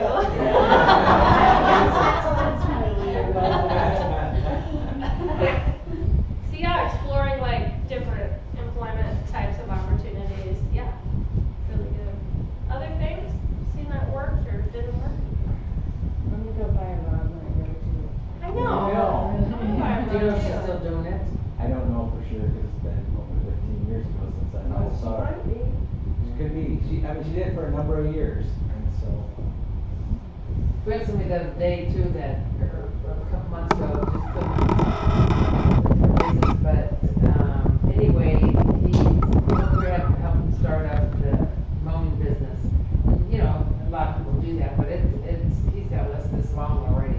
Wow. And Boca Rehab, you know, they help buy a mower and some sheets for him to keep track of, and that's really all it took, and shoes. Well, Very with impressive. self-employment, you know, there's a lot of money to be had for a small business startup.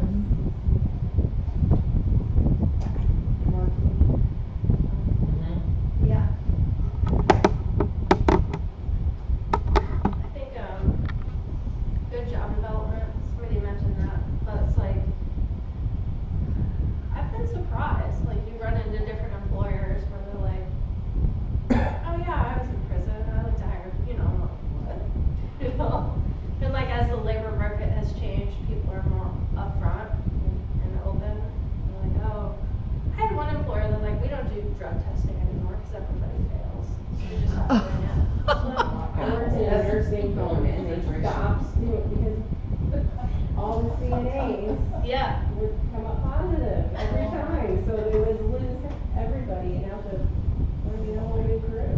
Take care of me someday. Yeah. It's alarming on a certain Yeah, level. I mean, I just kinda had that internal joke of like, well, we would drug test, we might lose somebody, I care, like, it shouldn't be a joke, but, I mean. Yeah. I don't know, they're always happy and, you know, that's what gets them through the day. It's a hard job. Be a little stoned, that's cool. Yeah. I don't know.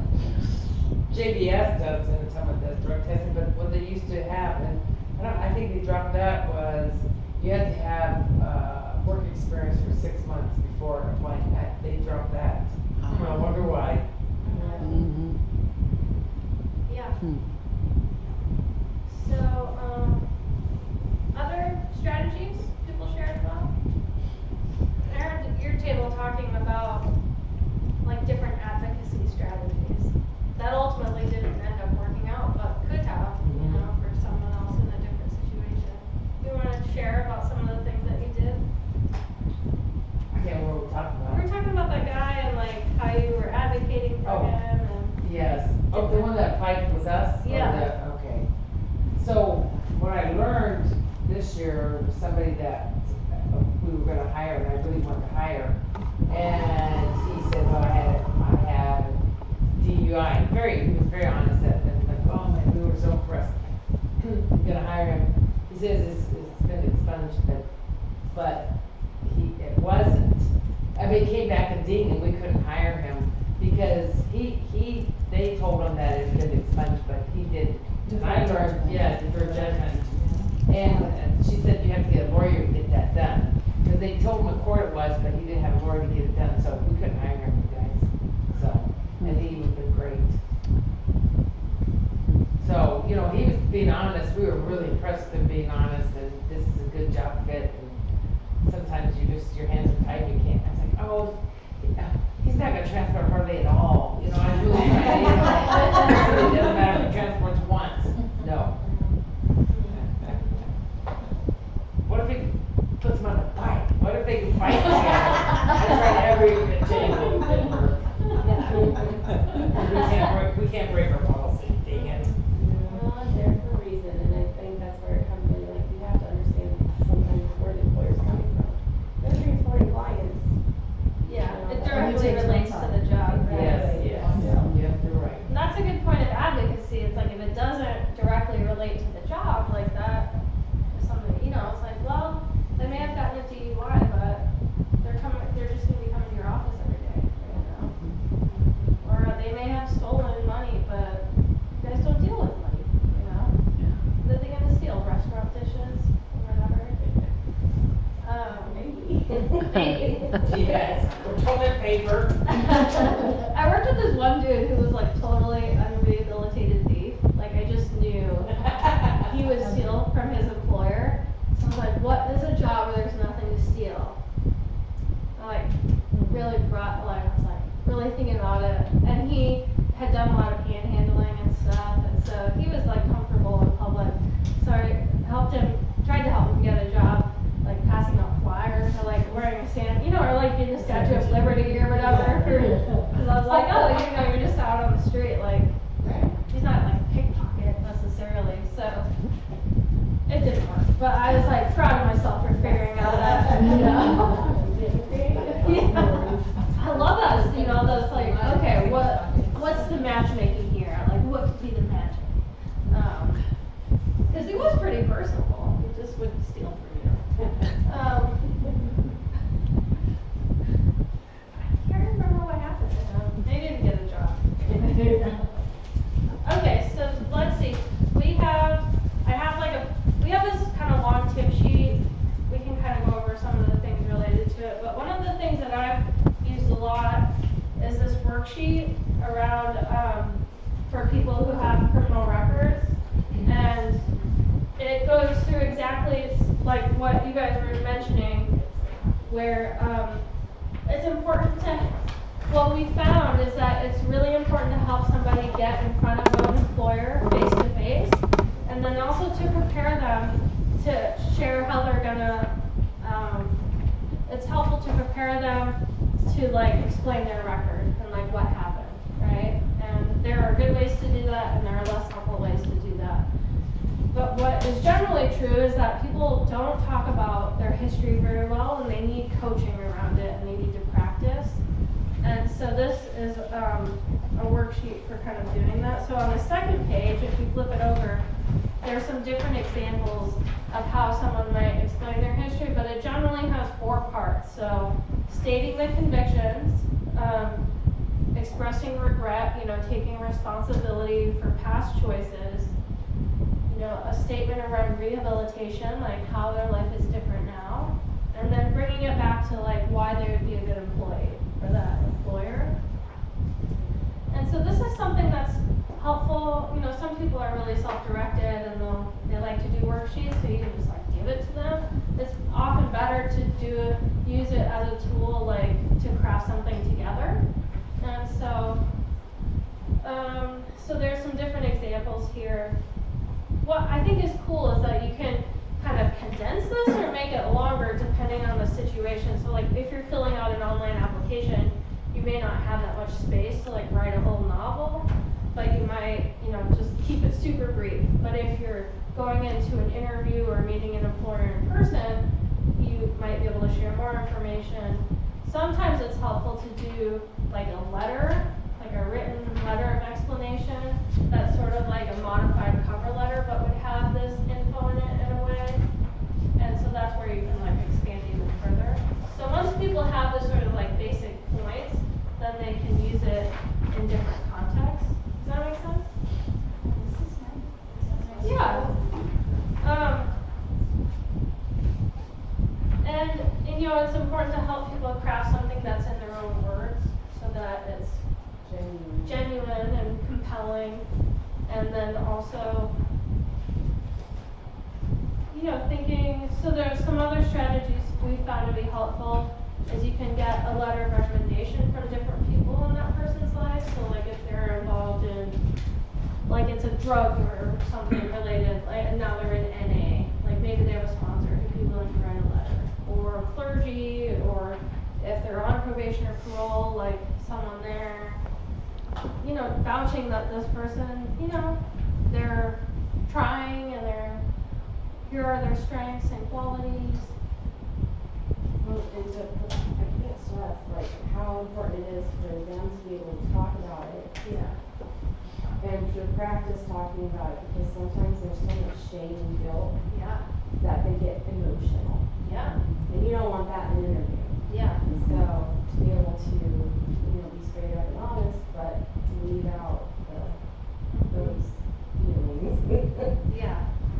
Have you ever helped somebody get their rap sheet? Is that a thing to do here? Well, there's Iowa courts online.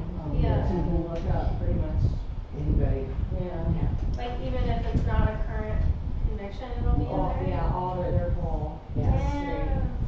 But it doesn't always give you a lot of detail. It doesn't always. No. Yeah. I mean, it might give you a charge and you can figure out if it was a felony or a misdemeanor just by the code. Yeah. Or you can look at the fine, see if they're paid up. Yeah. You can look up anybody. Yeah. And it goes back It's forever. record. Yeah. As long as it's not a juvenile thing, that's not on there, I think. Yeah. Anybody in Iowa? Yeah. Wow. I looked at my name, speeding tickets. Yeah. That'll be on there. Yep. How old were you when you were in Boston? Continues.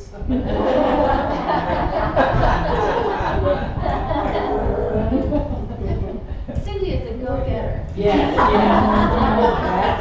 Very timely. yes.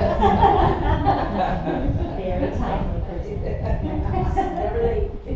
On the one hand, I feel like that registry is an invasion of privacy. At the same time, it makes it easy to find out information that people may have not remembered.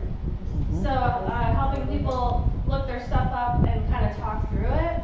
Well, sometimes they won't be honest and then you go and look and they have a sheet like, Yeah. 8 pages long.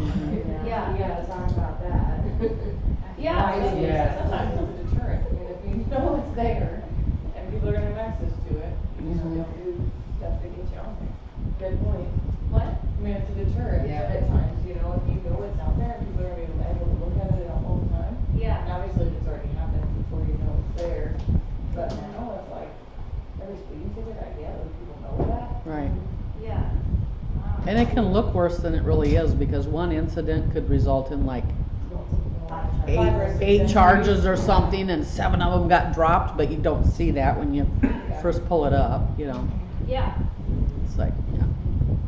And it may be that you add that into your statement if you know that this employer is gonna look it up. It's like, you know, I have multiple charges on my record, all of them are dropped except this one, you know.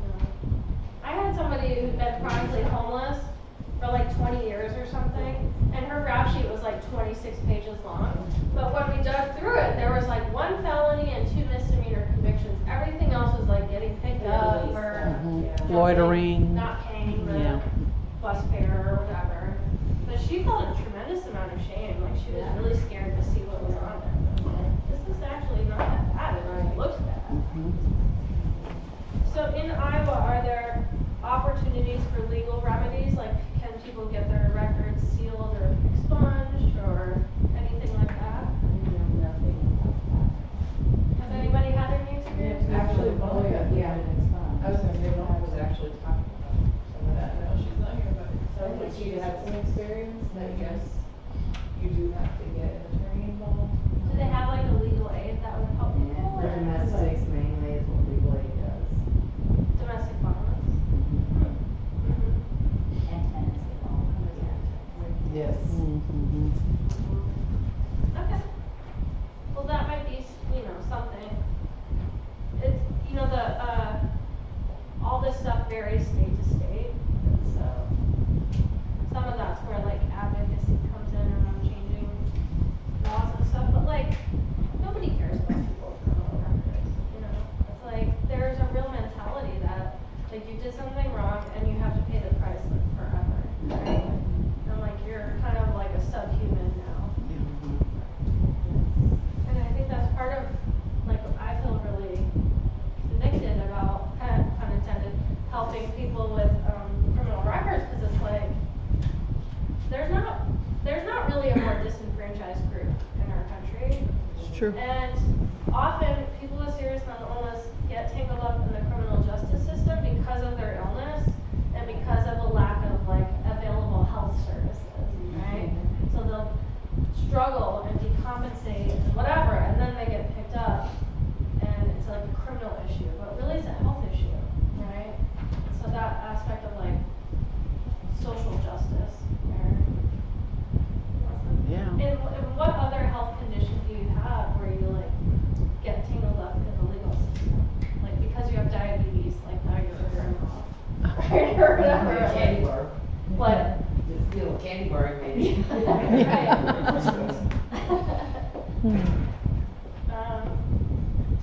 And then on the front is a nice, like often people who've been kind of had a record for a long time, or just like it's a big part of their life, can be really demoralized, and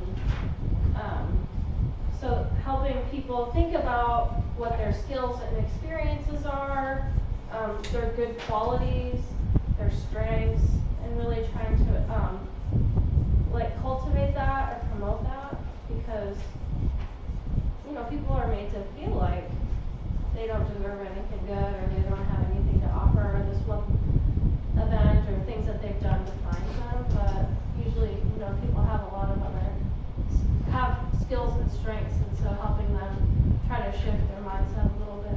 I think that's really good too, to put that back on the employer too. Yeah. You know, you're looking for a qualified candidate, and I can do the job. Yeah. Just because I have a record doesn't mean that I can't do this job. Yeah, totally. And tons of people have criminal records.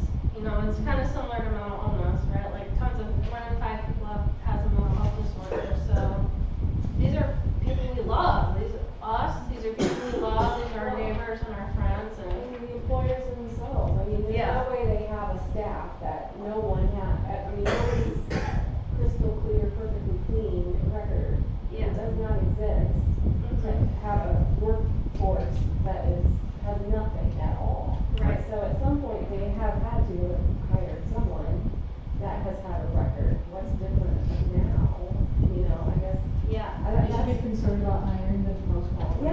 it just, I don't know, it just makes me mad. Yeah, So, me too, for sure. I think, and so much of Iowa is so conservative. Yeah. Like, the second a person hears that about a person, they've already prejudged everything about them. They feel. Not across the board, but a lot of the time. Yeah. But then it's like, well, if you want somebody to pull themselves up by their bootstraps and be self-reliant, like that's what this person's trying to do. And it's gonna be up to us to educate. Yeah, employers like on they it. need an opportunity. Yeah. Yeah. Do you find that most employers do background checks when you're job developing? Is that still pretty ubiquitous or no? What? They do, not like they wanna do it either. Yeah. Well, they're like, they don't have to. What they'll do is they'll look up the public record and if it's something Yeah. that sounds weird, then they might go deeper. Yeah. That really sucks, that public record. Cause often that's expensive and so then it won't do it. Yeah. That's free. Dang it. We get a lot of referrals from our local probation office because as a part of their probation, they're required to work.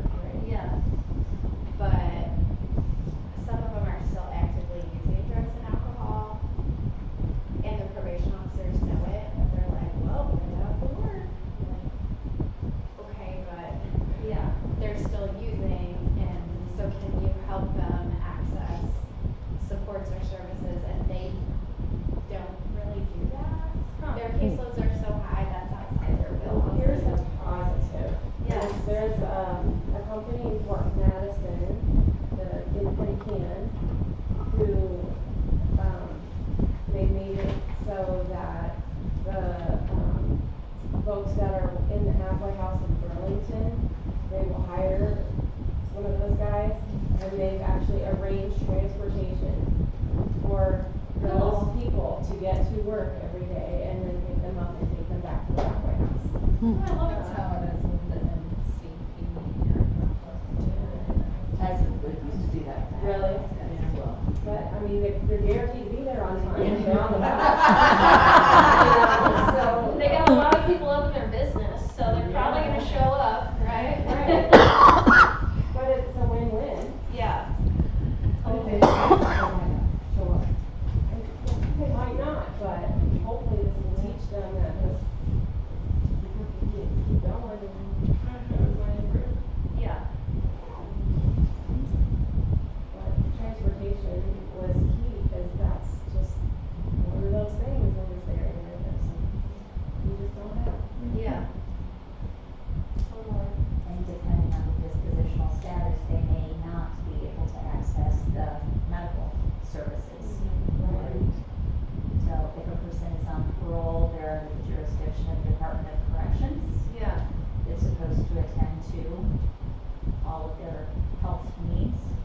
Nothing's budgeted for that, Right. so there's nothing. So they get nothing. There, and because they're on parole, they're disqualified for accessing Medicaid or Iowa Health and Wellness expanded Medicaid services as well. Yeah. That's really bad. Kicking somebody when they're down. Yeah. That's how are we helping these people? So they just go back to jail. Right.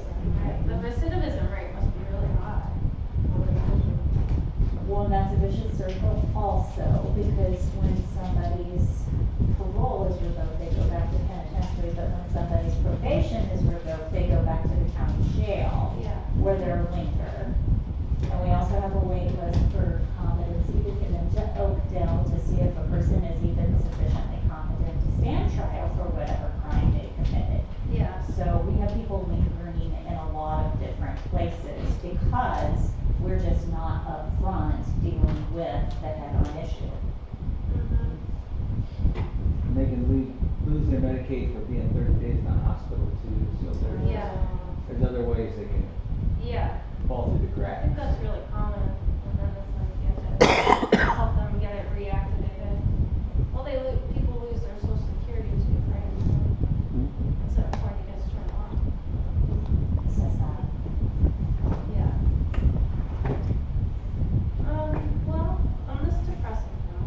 When we get back, we're gonna talk about, a few other strategies, and then we're gonna play Family Feud.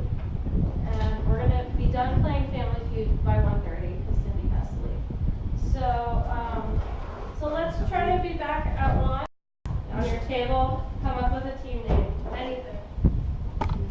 Normally it's like a family, right? Family Feud, but we're a family in our own way. Munsters.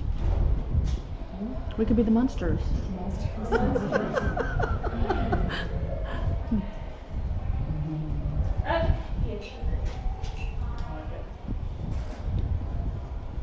Come up with a name? Yes. What is it? The Achievers. The Achievers. Oh. Show What are us. we? Underachievers. Overachievers. The overachievers. What did they say? Bad answer, bad answer. Let's go with hers. What do we do? What do you guys, I'm sorry, the underachievers? Are you doing We changed our name. They could be the overachievers, we might have changed ours. The book? The Terminators. We gotta come up with a name. Cheeto death. We didn't even have any Cheetos. Okay, so who knows how to play Family Feud? I kind of forgot how to play, so I looked at the instructions, and I shall go through them. You'll get 3 X's. Okay. have a Yeah, we don't have any sound effects. I wish I had a buzzer, but I don't. We can do it. Yeah, we can do it. Okay, so we divided into 2 teams. At the beginning, 1 number from each team faces off in the front, and we ask the question. We won't buzz. We'll just raise our hand fast. Whoever raises their hand first, you guess. Try to get as close to the number 1 answer as possible. And whoever gets closest to 1 or on the board gets to decide if they're gonna pass to the other team or take the lead on their team. And then you have 3 chances to get all the answers. I gotta And do if that. you, what? I had to make it. Oh yeah, Little rabbit. that's good. So if you receive 3 strikes without clearing the board, the control is passed to the other team, and then the other team has the control and is able to give 1 answer in hopes that it'll be on the board. And if they do, then they win. And if they don't, then the other team wins. Any questions? Okay. So we only have 2 rounds here. But, so the topic is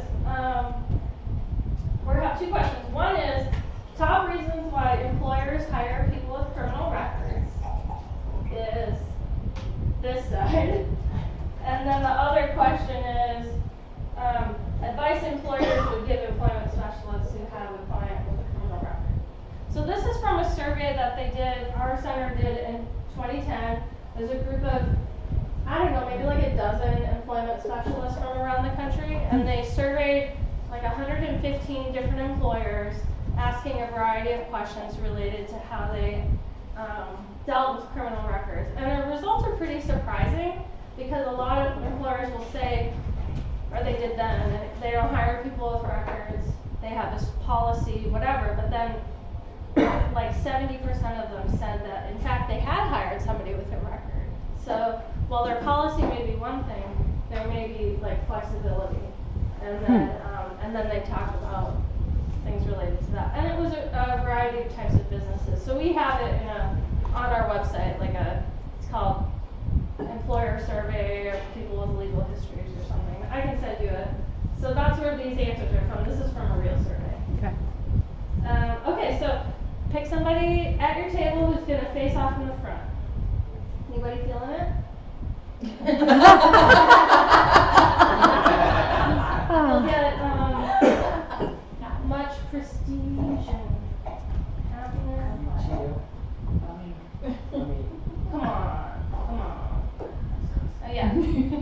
Process of elimination. Mm-hmm. Do you want me to pick someone? Okay, Mom. I don't want to be mean. People won't like it. Say he wants to. Yeah. guys. I gotta say, I want to, I can't even remember what the question is. Right. Same here. Yeah. I'll start with that. Ken, okay. Alright. Did you pick? Yay, Ken. So, okay. Should make you feel. Achievers versus, what was your team? Did you ever pick one? No. Overachievers. Versus the overachievers. No. Okay, so why don't you come up here, Ken? Okay. Stand by, is that Steve Harvey? That's his name, right? Yes. Mm-hmm. I love that guy. Yeah, he's funny. Okay. So, I expect you to laugh like him and love our answers. Where's your buzzer? That's right. I was watching this like at the dentist's office, just like cracking up. I'm like, this is hilarious. Okay, so the question is, what are the top reasons why employers hire people with criminal records? Raise your hand. They don't know. They don't know. Is that on here? No, not on here. Yeah. Oh, we can help you, can't we? No, you can't. You can only help when you're trying to steal. Oh. Because of ability, I would say. Yes. Ability of the applicant. Let's see, that is actually the #1 response. They would like to take control of the board or pass to the other team. What do you wanna do, guys? Take control. Take control. All right. We're control freaks. So then it's like, oh, Cindy, tell me about, I heard, he like does a whole shtick. Oh, yeah, that's right, yeah. Yeah. What's number 2, Cindy? Number 2. Usually, okay, what was the question question again? Top reasons why employers hire people with criminal records. Understaffed.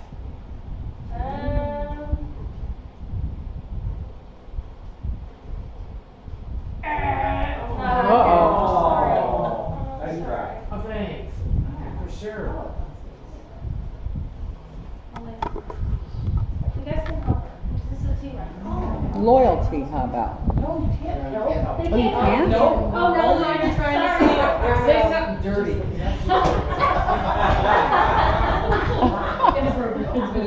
good previous work history. Oh, Let's see, that's good.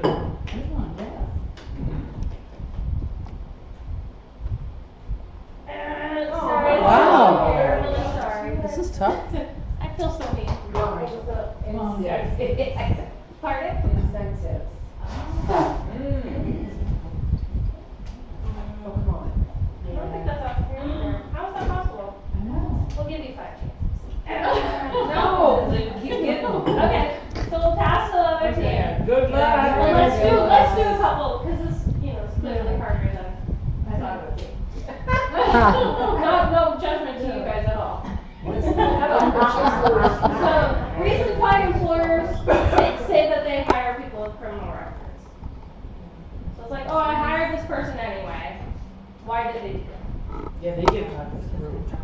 Yeah, they can do. Because he's dependable. Let's just like go around. Let's do kind of the same. Yeah, Modify. 3 seconds. He's dependable.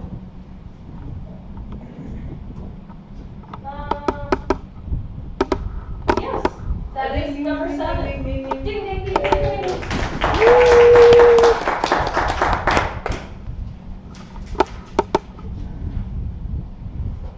Okay, next. Who's next?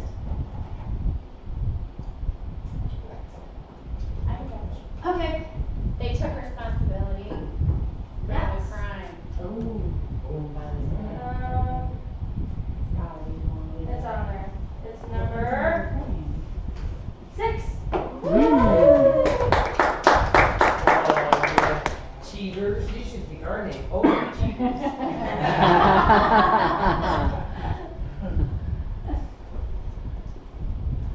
Who's next? How many dings do we have? You have None. None so far. No things yet. How about the knowledge of the job? Well, personal qualifications. Yeah, that's part of number 1.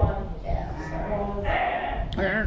That didn't count, we already had it. Okay, fair enough. I would be terrible at this job.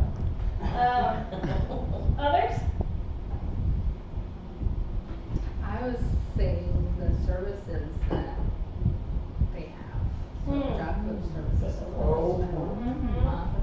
Support, yeah. I would say that is related to number 3. Someone with a connection to the employer refer them to the job. Mm. Yay! Okay, if you were to stretch it for us, we would've won. You said you lost. So what if it is just a personal connection? So that is someone that they knew had a connection, does that include the person themselves?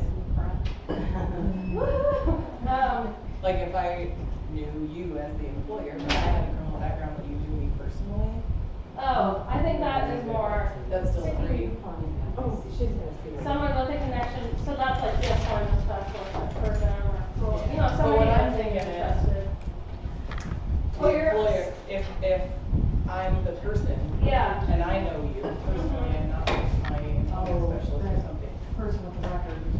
Yeah. Yeah, a lot of times it's who you know, not what you know, sometimes it's getting a job. Mm-hmm. So that's I'm wondering if it's the same. Well, that is not fun. Okay, gotcha. And the question is, what are top reasons why employers hire somebody with a criminal record? And it's your turn. That's not that question there. No, that's just a graphic from the internet. Oh, okay. Top reasons, what answers do you have already? So, person has the qualifications to do the job, someone with a connection to the employer refer the person was sincere and honest in explaining their criminal background, and then they thought the person seemed dependable. And plenty of the ones that were the. Wrong. Oh, okay. Yeah. They were bonded federally. Mm, okay. So that would have been part of the incentive. Oh, yeah, no. But that's okay, because you just got here. So how many buzzes do you have? We have 2. Okay, Okay. you have 3 buses? Okay. It's okay, we got it. So let's do, we'll do one shot over here and one shot over here, and whoever gets it wins. Does that make sense? Whoever gets the highest one wins. Their references looked really good. Ooh, okay. Yeah.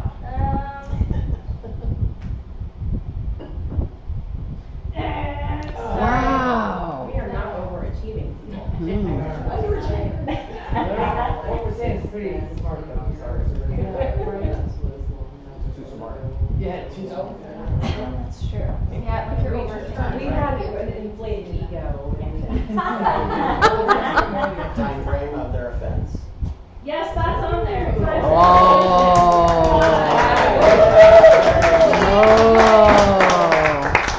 Okay, so the other ones were person had good interviewing skills and enthusiasm for the job. Okay. They believe the person had changed and should get a second chance. Ah. And then the last one was the conviction was not related to the job. Oh. Great job, everybody!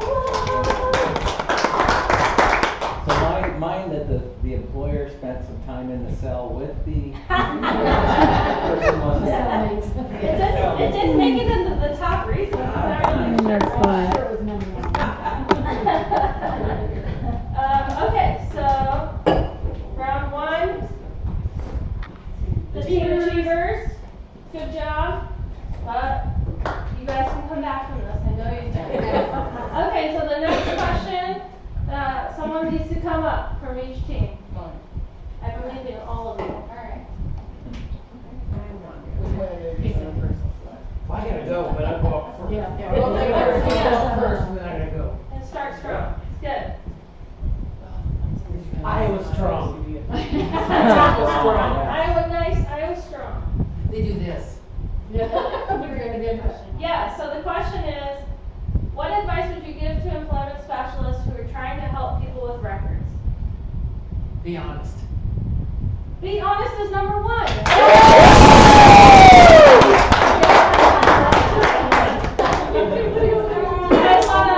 Do you want to go or do you want to pass? This is how we started.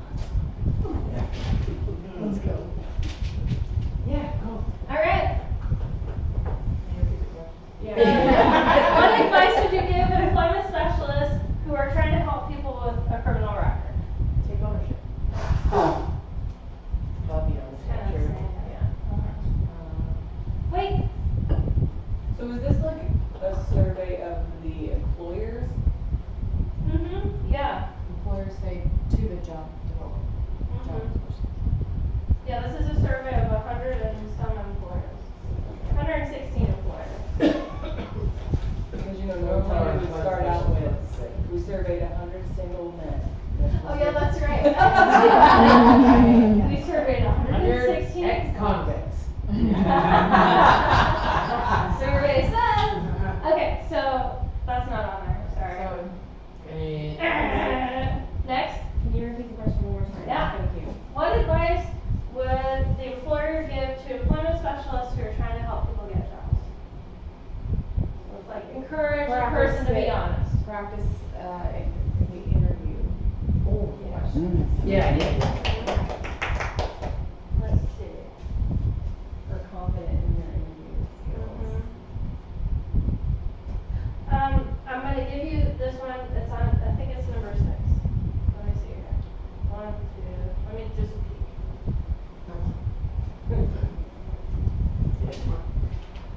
Yeah, present their experiences and skills. It's like dress well, be clean cut, like interview well. Yes. Yay.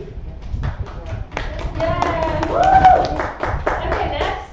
I think that they should not talk for them. I think it's from those books. Yeah. Ooh. They should not Ooh, that's talk old for books. them. Old bugs.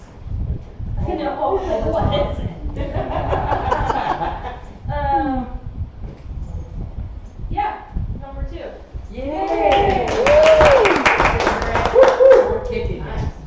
No, you're not. Did you see over here? So, like, Oh, that's people right. take responsibility for their actions, their history, speak for themselves. Yep. Make sure they're qualified for the position. Oh. Good one. Yeah, good.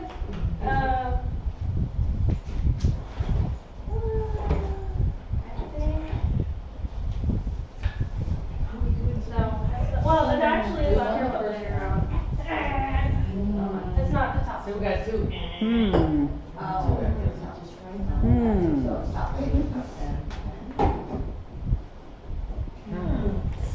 Counting on you. Yeah. I was gonna say show enthusiasm for the job or something like that. Yeah. Willingness to do the tasks.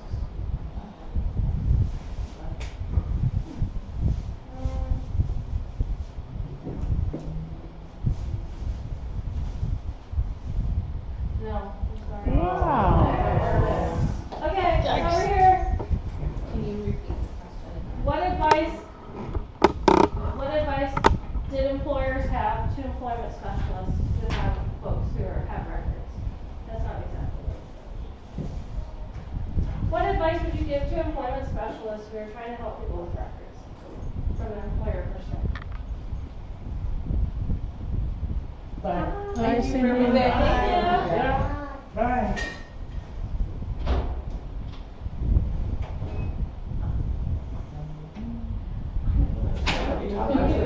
Change out of the orange jumpsuit, what it would be.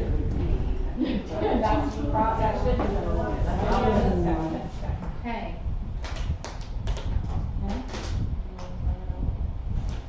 Work opportunity tax credit? Tax credits, work incentives? It is incentives to actually hire- on here, but it's further down the list. It's not in the top 6. It's like number 10. Provide information about financial incentives and bonding.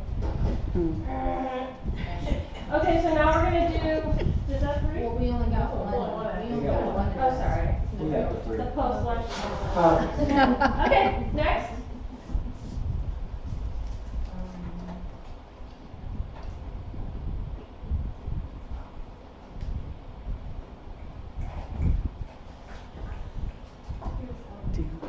I'm thinking, Have a good attitude. Tell them to have a good attitude.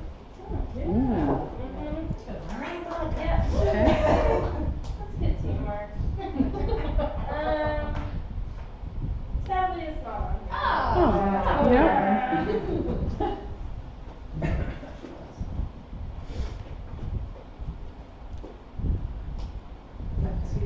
That's 2.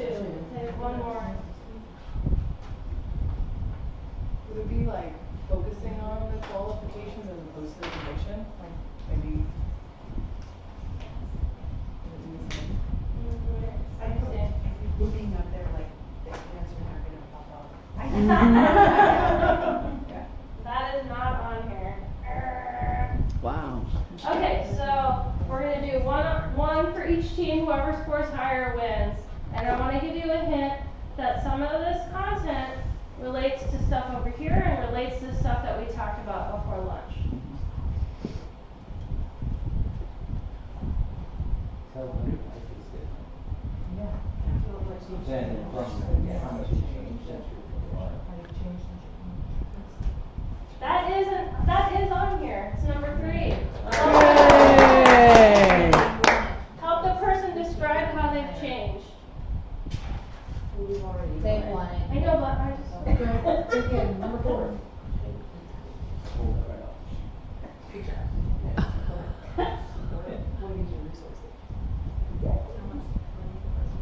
Way to overachieve. Support. I wanna show creativity.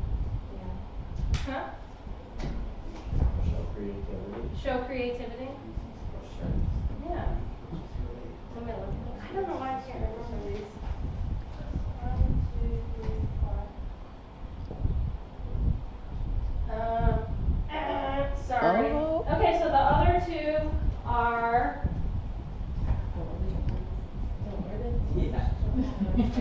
introduce the employer to the job seeker. So like having the employment specialist help them. Oh, And okay. then the next one was dress professionally. Wow. See, we already thought we had that though. So did you guys go both? No, that one and that one. What can we do for time? Okay, we'll just all in.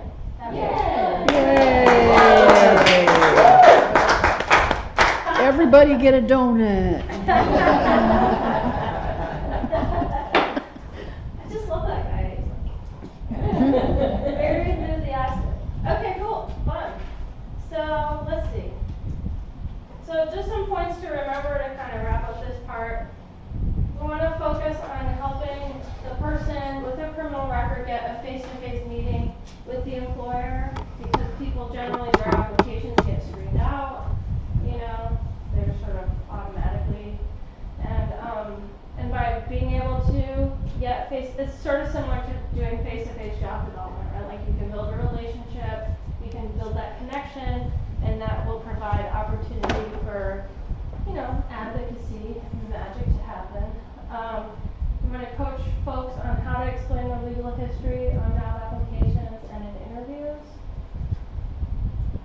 That includes like not sharing more information than they need to, right? And being able to do that in their own voice, in their own words, so that it comes across as, you know, like from their heart. So I didn't know this, but you know, you can just look up people's records online. So doing that with them, because oftentimes people don't know what's on their record. They think it's worse than it is. Maybe were quite ill when it happened, so they just don't remember.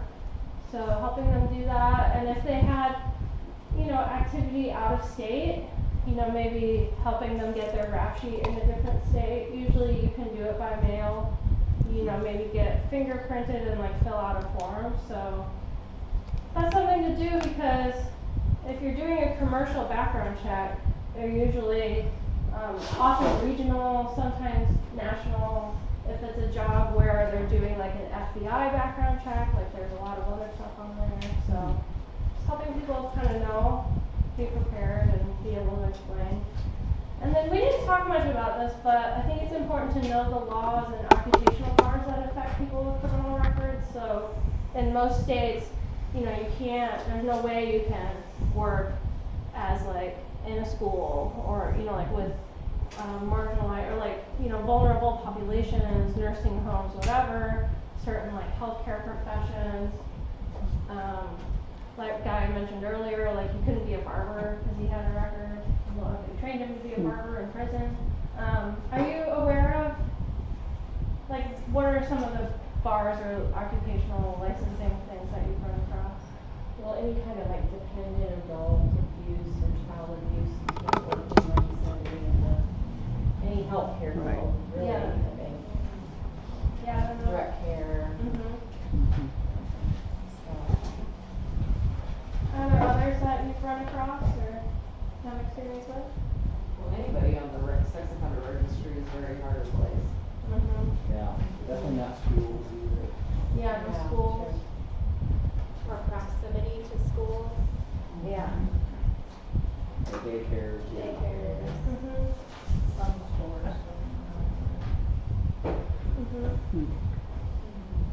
It's important to think about as you're like helping people with career development too, like sometimes people don't know when they go and they do a training program or something they can't do, and they need an occupational license to do it. Like even a security guard, they're usually pretty flexible.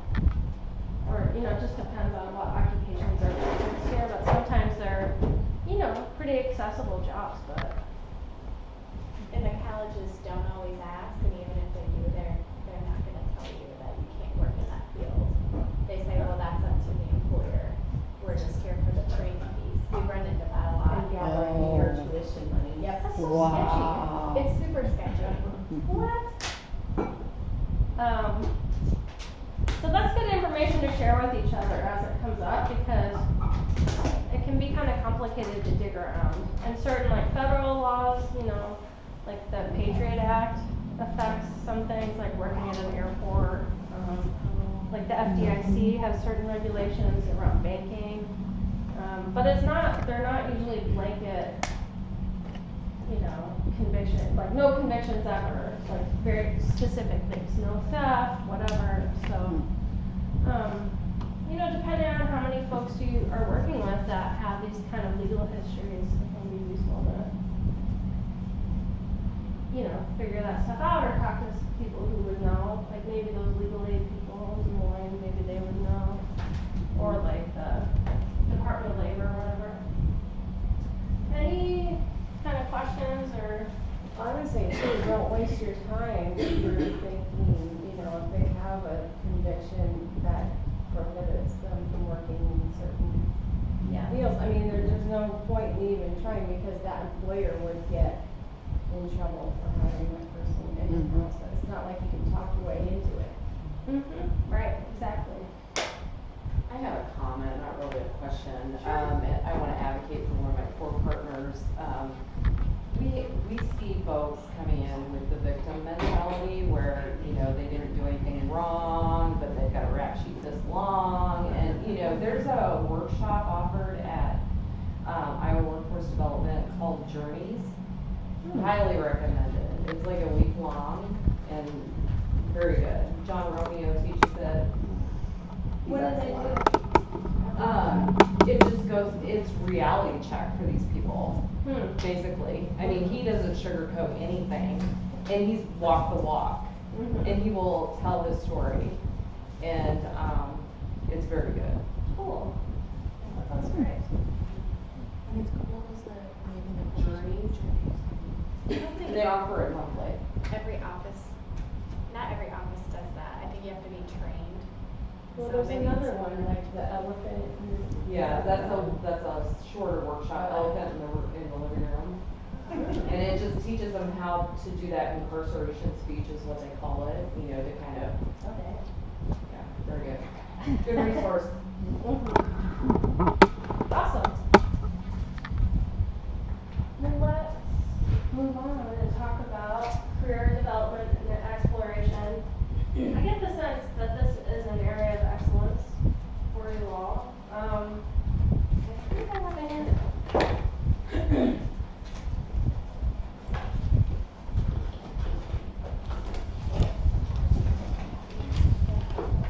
Talk amongst yourselves for a moment.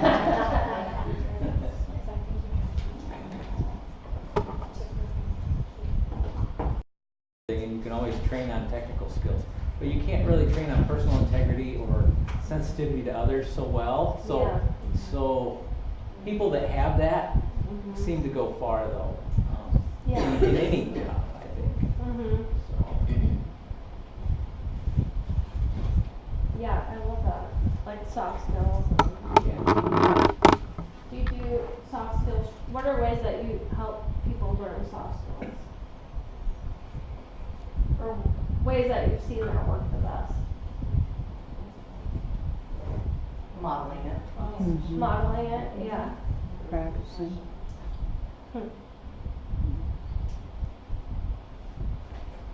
I think that what I've seen is sometimes we can be really like sort of short-term oriented, right? And it is helpful to try to take a longer view, you know? So we may often like help people find entry level service jobs because they've been out of the workforce for a long time and those jobs are sort of the most accessible and kind of developmentally appropriate. But what bums me out is when people stay there for a long time or don't have like hope that they can do more, right? And that's not a judgment on people doing that kind of work, like, but it's where you're saying like that they have a goal and they have hope and they, you know, these different things, but like sometimes people need that modeled or suggested to them too, cultivated, that they could aspire to more. And that is what I see as sort of like the second level of like zero exclusion, like a more subtle thing where it's like, oh yeah, we really believe everybody can work, but only if they're in like food or all the F's. What were we talking about? All the F's, food, filth, Flowers. What was it? Flowers. Flowers, yeah. So like these kind of typical jobs, but do I think that this person could be a preschool teacher or an X-ray technician or whatever it may be? Like a job that's actually pretty stable, where there's benefits and more security and regular hours and stuff like that. And but it's an organic process, right? So it's like, how do we approach that with intentionality, but then also respect that people are developing at their own pace and, you know, maybe just kind of in that spot for a while, right? Well, it's kind of a dilemma from a VR standpoint in that, you know, we're always about informed choice and making sure the person has all the information to make a good decision, and we encourage working at maximum capacity and doing as much as you can to better your situation, and benefits planning is a key role in that. Yeah. You know, the person may get to work and they're not, I mean, it's not progressing any further than that, and they are comfortable where they're at, and so, yeah. you know, we can't have a file open forever. Right. You know, so we pretty much tell them if that's the situation that they're in, and we move forward with a successful closure in the job they're in because they're happy and satisfied and yeah. it's working well for them, that they can come back. You know, if this is something you wanna do and you wanna revisit that, yeah. come back. I like that. Like making sure that people know the door's always open and conveying a message one way or another that if and when they want to do something else or more or go back to school or do whatever, that there's support to do that and that we believe they could if they wanted to. I worked with this kind of zany guy in California who I think he had like this kind of mentality that he was like a holistic personal life coach, and it kind of worked for him, like, but he was telling me like he had this whole process where like once somebody was in their job for like 90 days or 4 months or something, that he would start having this conversation with them like, oh, you're doing really great, blah blah blah, what do you think you want to do next? And it's like planting some of those seeds of like, oh well, maybe I could do something more, maybe I'm really happy where I am. Don't tell me I need to get another job or whatever, just to start exploring that, I think is a good, and that's not part of IPS at all, but I think it could be cool. Right? It's really interesting because a lot of times VR is meeting the needs of someone on the team more than of the job candidate. For example, we work with the nurse through outreach program, and yes, I can put them on the spot. They're not here to defend themselves. But, it's a college program, and kids come from all over the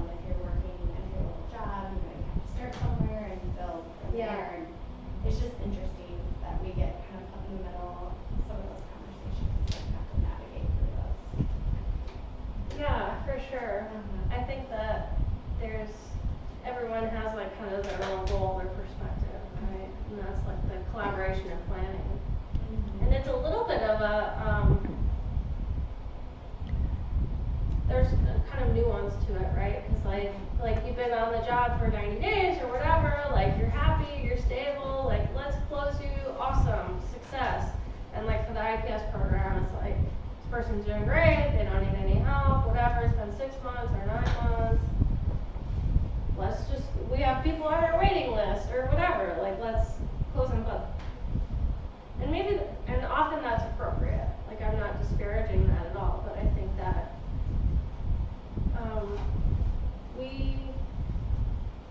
we can do a better job.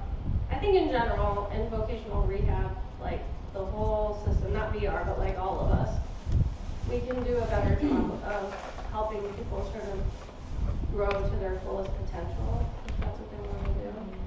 Because I just think the folks who end up developing into career gigs, they're really, really self-motivated, right? But a lot of people probably could do that more with like more encouragement and like cultivation and just exploration around that. Just kind of the same as when we talk with folks on like a case management team or whatever, like to consider employment in the first place. It's like, what would it look like for you to go off benefits if you wanted to work full time? What would it look like to have private insurance? Would you want to do that? And it's complicated, right? Because people have chronic illnesses. Maybe that seems very risky. But I heard this guy speak at a conference, and he was saying, he's like, if you're on benefits and you're working, the best you could ever hope for is to be like in the working poor, like very poor. Yeah. You know? Yep. And like, is that the best we can hope for people? You know, like shouldn't people be able to accumulate assets and buy a house and have a family or whatever, like all those things that are all meaningful to us that we have in our lives. And it may look a little different and it may be harder in different ways, but And that's why you need to know possible. Social Security too, because then they could do, like if something happened, rapid reinstatement through Social Security could happen, but it doesn't. Yeah. There. I think it really helps if you have a job that you enjoy too. I mean, when you find a job that you really enjoy, you can stick with it and hang on for a lot longer. Yeah. I've got a nephew with some autistic tendencies and stuff, but he just loves cars, and when he got into working in an auto place, you know, even an auto parts place, Yeah. it was in his zone where he loved to talk about that stuff and work around that stuff anyways, and so it made work fun for him. So Yeah. that's what you hope for, and I think people move on, especially when they have some area that they really care about anyways, or they're gaining, you know, like us, we gain so much from the people that we work with that it makes it worthwhile, you know, the tough parts of the job are okay. Yeah, totally. I put my water right there and now it's like boiling hot. I love it. Like it heated it up over lunch. There's lots more It's in the really cooler. warm. Wow. So if anybody's having hot tea that's now cold. We have our own little microwave over here. Yeah, that's a great point, I think. I mean, we all do better in jobs that we love, right? I was a terrible waitress. I was like an even worse telemarketer. I was a pretty good employment specialist. Super fun job, you know, really worked for me. I love working at SCL too, but it's like, after being a director and then going back to an SCL job at half the pay, I can only do that for so long before my family wanted me to make a little more money, and so you gotta find something that pays the bills and still you feel fulfilled in it. Well, and everybody has a different idea of what their highest expectations should be, like not just the individual working it, but their parents. Yeah. Their case manager, you know, everybody has a different idea of what that highest expectation should be. Yeah. Or are we managing expectations because they're not realistic? Yeah. You know, we have that too. There's a whole thing about expectations that we deal with all the time. Totally. Like, I want to be a YouTuber, you know. Yeah. I'm gonna be a DJ. Like all yeah. I think that's a great point. And what I've seen as helpful is to just shine a light on that, like bring it out into the open. Because a lot of times people don't necessarily, you know, some of it's very obvious, but some of it's more subtle. Where it's like, oh yeah, I think this person could work at Hy-Vee, but I just, like, they wanna be, I had one lady who was a preschool teacher. She was super cool, but it was like, wow, how'd you get into this? You know, it's like kind of unusual. And, but, you know, it's like, oh, well, I wouldn't want that person watching my kids. Like, okay. Sure.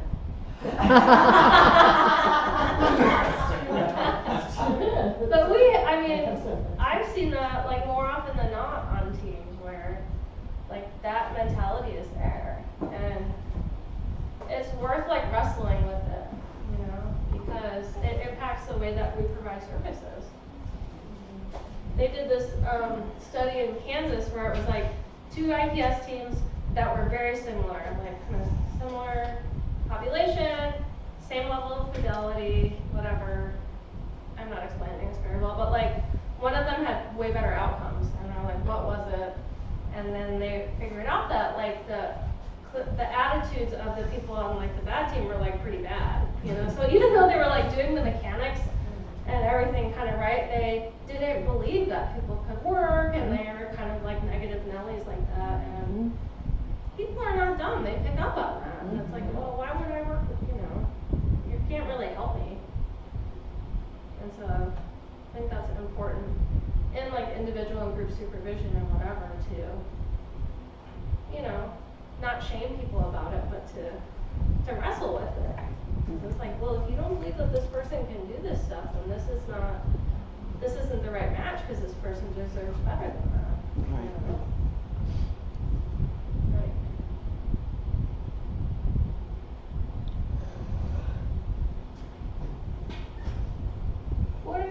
What do you all do for career exploration? What are some strategies that you found to be helpful? So either it's for people who are super green and have no idea what kind of job they want, or people maybe who are in this, like, maybe I want to do more, but I don't know what to do. Because all I've done is like We use online tools a lot, like Career Index Plus, Conan, of course, Yeah. a lot of that pre-plan development. Yeah. I haven't used those very much. Do you find them helpful? Like, Well, we're required to use it, so. do you find it helpful? To some degree, yeah. So it's helpful if they have a different expectation of what a job that they're thinking about really is. So when you pull it up and you show them, okay, these are the actual duties of the job. You know, if you want to be a kennel attendant at a shelter, you're gonna be scooping poop and cleaning up, you know, Yeah. not so pleasant things. You're not just gonna like cuddle kitties all day. Yeah. We started our like 5th career exploration class today. Oh, cool. Yeah, and it's for all, not just IHH or HCBS too. But today they're doing just intro to career exploration, and it's just 2 days a week for 3 months. Whoa. And we do tours. We have somewhere we go somewhere every time. Yeah. Like, you know, today's at the library or one's at the hospital, and showing how many jobs are at one place. We're gonna go to Hy-Vee, no tour, because we have people here, we have people there, and Yeah. tour, stuff like that. That sounds fun. We talk about personal appearance. That definitely was kind of scary. Like, I kind of felt like I was gonna get locked in there. Yeah. And like you're in a vault, in a room, like, No one's finding it. what's gonna happen? Sorry. What other things? We do employment choices, internet job searching, manufacturing, health, food, safety, construction, careers, employment in the arts and repair. Wow. Just, I mean, it goes on and on. That sounds There's, really fun. mock interviews. Iris does our career counseling. We also do a day where Goodwill, we go into that interview clothes. We try on interview clothes, and then Goodwill purchase gives them vouchers for that, so they have one set of interview clothes. Yeah. And then they do mock interview a couple weeks later. Nice. people are usually in the class? Up to the Okay, cool. Annette, let's get that here. Well, we're currently doing that OST, but that would be great, yeah. Mhm. We could do one in GitHub there for summer. We both could will, right? You're not with, oh, you're double, okay. I think in like a IPS context though, you can do all those things on an individual level, right? Like Yeah, that's. jump over, I mean, she's had contacts with, like, okay, someone might want maintenance, so Uh-huh. we know JJ's the city maintenance guy, so we called him, hey, we're gonna come tour. And Yeah. he's been great. It's a great way to like keep your employer relationships going. If they're not hiring or you don't have somebody who would be a good match, it's like, hey, can we take a tour? Can we talk about this? It's been kinda sketchy sometimes too, especially with some that had need one-on-one Yeah. behavioral needs, but it's. Yeah. How's that funded, if I can ask? Who funds that? HCBS. For recreation. We Or were we're just also talking using. about that at the That's the MCO one. meeting. Yep. Oh, okay. The one Denise was talking about that we didn't use very much. Yeah. It's been funded. 37 hours. Mhm. Very cool. Cool. That's great. How was the meeting? It was very good. Good. Interactive, learned a lot about each system. Nice. Very good. Well, that sounds really comprehensive. And I think, even if you can't do it in a small group, it's nice to deliver components of that individually. Yeah. But also, I mean, IPS isn't really about doing groups, but I think, like, you can It's a kind of, service you can do like offering, kind of too. an informal thing of like, oh, there's a few people who are not sure what they want to do, and like, we'll just arrange to do some of these things. I think that can be really helpful. Awesome. Any? Just a quick question, when you Yeah. say HCBS, are they LTSS folks agnostically or the SMI population? Waiver. It's Waiver. waiver, it's not waiver. We have transition kids that are doing it too. Well, they said today that HAP could, it's a Medicaid service, HAP could do it. We have had, it's, So they said BI, or ID, and HAP, all I don't, three. I don't know if VI can. Well, that's Yeah, what, I can. I Yeah, got it for the waiver. MCO today. Yeah, it's in the BI It's a waiver. source. It's a pre-vocational piece. Alright, cool. That service? Yeah, I'm gonna get it, I'll give it to you. I'll send it. Pass it around. Well, let's take a quick break and then we'll come back and talk about job retention supports and kind of wrap last thing, because this is something I've been meaning to talk about. So, so kind of where we're at, we did that webinar. God bless you for attending and paying attention. I can never pay attention in those kind of contexts. And then we did those phone conversations right around like readiness and self-assessment. Now we've done this, so I feel like we're in sort of overall like a good space of kind of knowing where we're at, maybe some things that need to be done, things that are possible to do in the short term, goals for the long term, some of that kind of strategic planning. But what is ahead is doing, I'm going to be doing a mix of like individual training and technical assistance at the different agencies, and then also remote like phone calls and whatever, remote TA. And so the next wave of that is the week of April 13th through the 17th. So I'll be here Monday, Tuesday, Wednesday, available to do whatever. And then I'm presenting at that, what's the acronym? IACP conference on Thursday morning. And I know some of you may be going to that on Wednesday as well. So,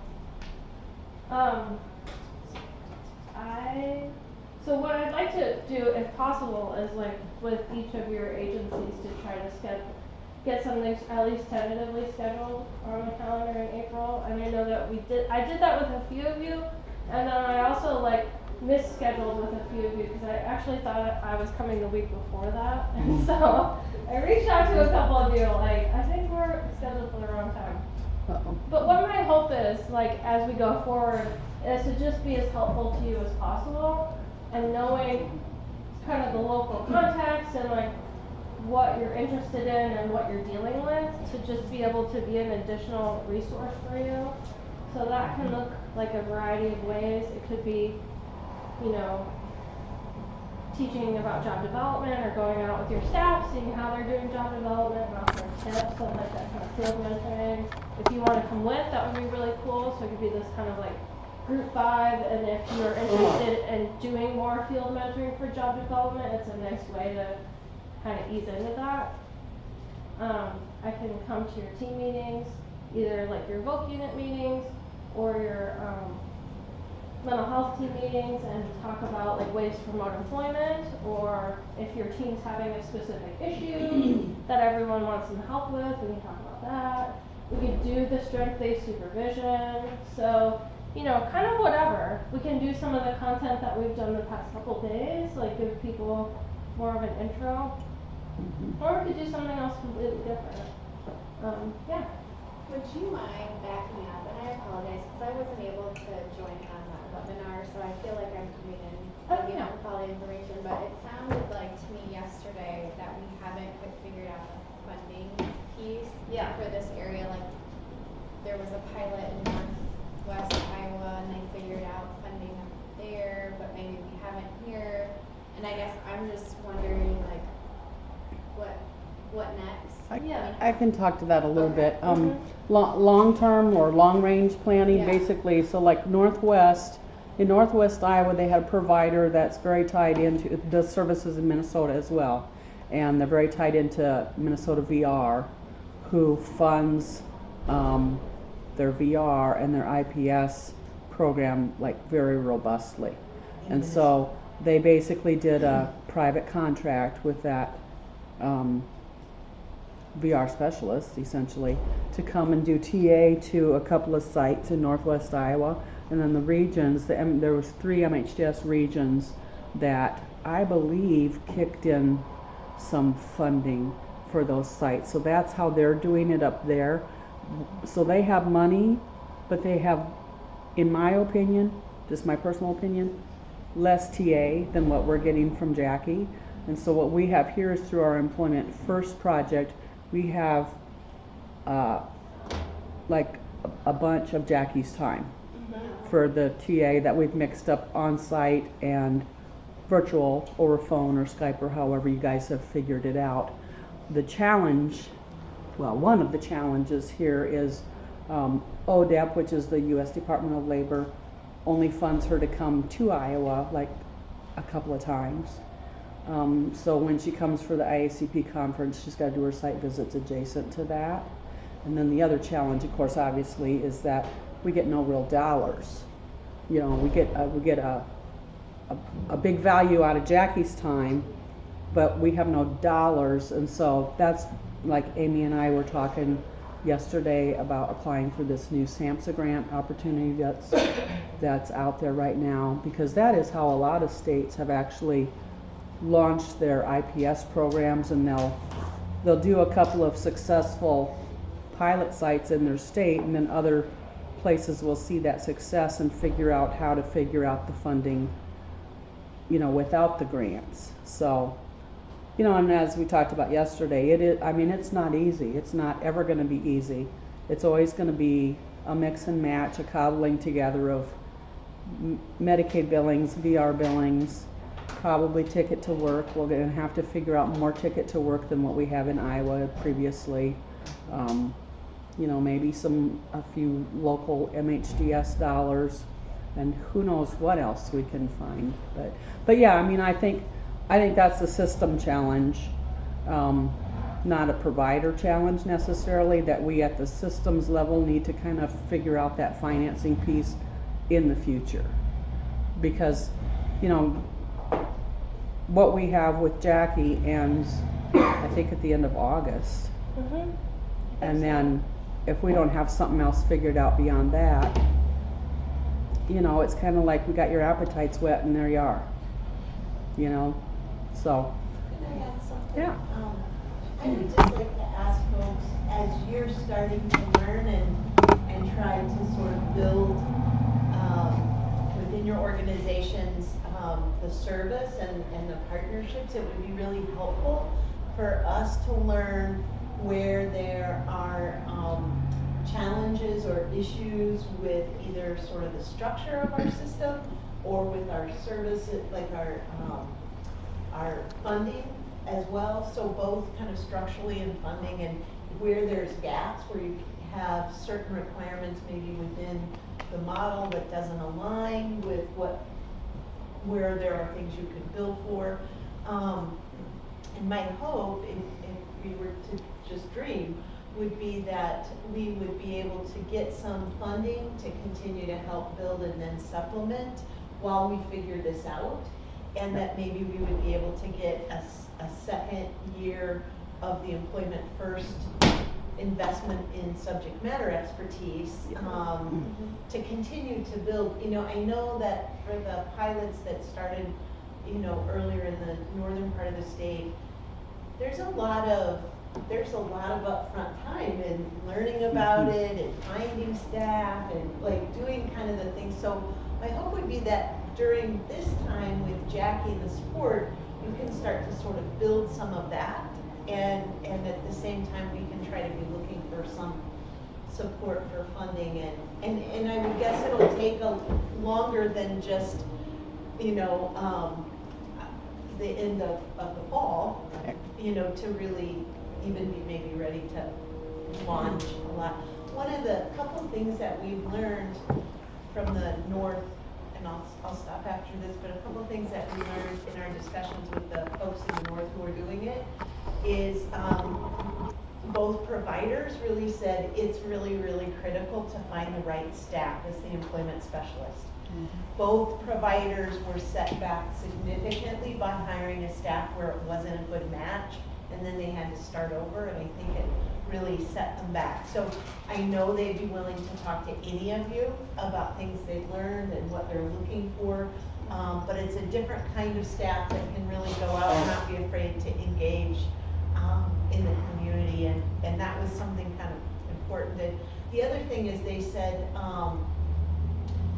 paperwork can be kind of intense, and requiring individuals to tell their stories over and over again for all the kind of partners that are required. So one of the providers found I'm not going to think of the right term, but it's kind of a collective release of information where they could gather information where they wouldn't have to put the person through sort of multiple intakes through all the services, and they really collaborate well and more efficiently from that. And the last thing that seemed really significant was the real regular face-to-face contact. Co-location is ideal because of how fast you can connect and keep up on folks you're working with, but where they couldn't be co-located, it made a huge difference when they could actually truly like meet in person with folks and all the key partners. And have like team meetings, basically, yeah. Team meetings. Regular team meetings. It's invaluable. So, sorry. Oh, that's great.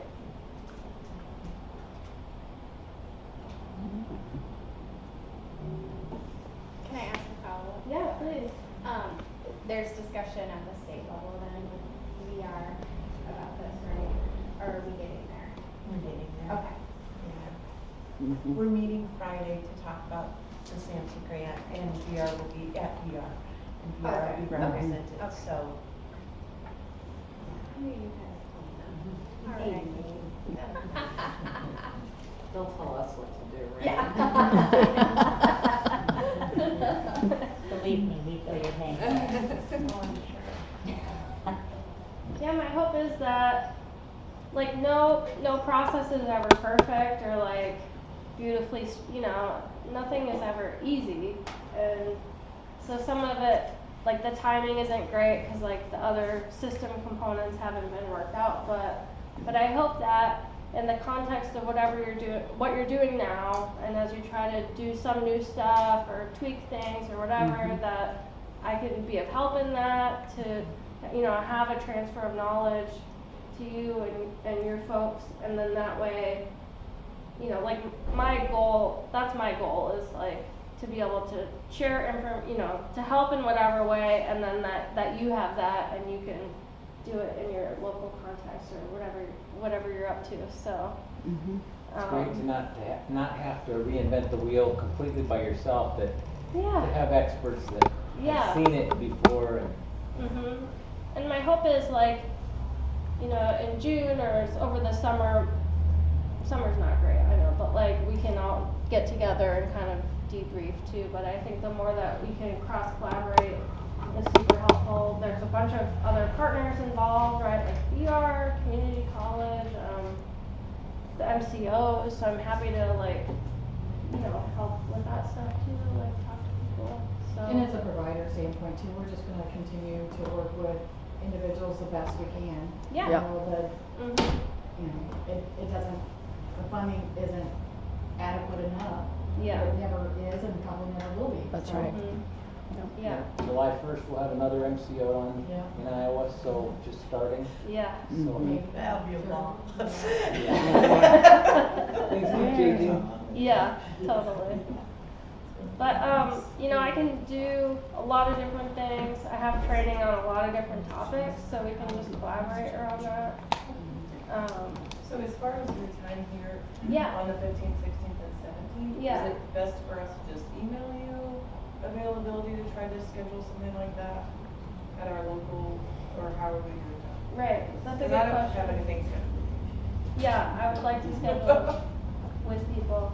Maybe, I know I have scheduled with a few of you, so if you haven't, maybe we can just stick around at the end after and we can chat about options and then firm it up that way. Any questions or comments? Takeaways? Deep feeling? Okay, cool. Deep thoughts. Well, I wanna kind of wrap up here talking about job development and mostly job retention support. Like, job development is a huge topic, so I kind of intentionally left it out, but, and knowing that most of you are not doing regular job development, it's more of like an employment specialist type level training, but I have a lot of stuff around that, and I think the biggest thing is, like we were mentioning yesterday, kind of exposing people to doing it and just helping them become more and more comfortable and confident doing it. And oftentimes when programs are shifting to IPS or new programs are starting, there's a lot of focus on the job search, and then there's a lot less focus on the job retention supports. And I actually think that probably you guys are going to be really good at you probably are really good at job retention supports now, so I thought we could end like kind of on a uptick. So I want to, you have all these post-it notes and markers, so I want to do kind of a similar exercise that we did with the career profile, where it's like, what are things that we can do to help people keep their jobs? And differentiating too, like, so if they did disclose to the employer, and then also if they didn't disclose.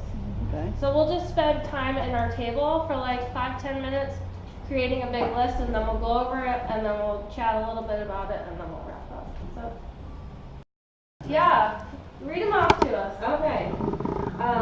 We talked about advocating for inclusion at work, like being invited to the Christmas parties and sharing in like birthdays and Yeah. you know, feeling like they're truly part of the team. Yeah. Discuss with them how to request time off, how to call in sick. Oh, yeah. No call, no show. That's really good. Keep organized with their benefits. Report to Social Security your income. Does that say report? It sure does. Beautiful. Keep up with where they're living so you don't lose track of them. And in some cases that can impact their services and their medical and all that good stuff. keep up with their stability. Are they making their medical appointments? Are they seeing their therapist? Are they getting their refills on their drugs? Are they, managing that? It's a danger zone, I think, when people are starting work, right? They're like, I've achieved all my goals, peace out. Please take your medication. Make sure we're keeping up on the paperwork required so we're not missing something, so they get kicked off of something and we have a mess on our hands. Yep. Keep working on the transportation issue because that can change over time. Like if somebody's riding their bike to work and all of a sudden their bike is out of commission, they need a backup. What are we gonna use? Yeah. How do people most often get to work? Do most people drive or no? Bus passes, bicycles,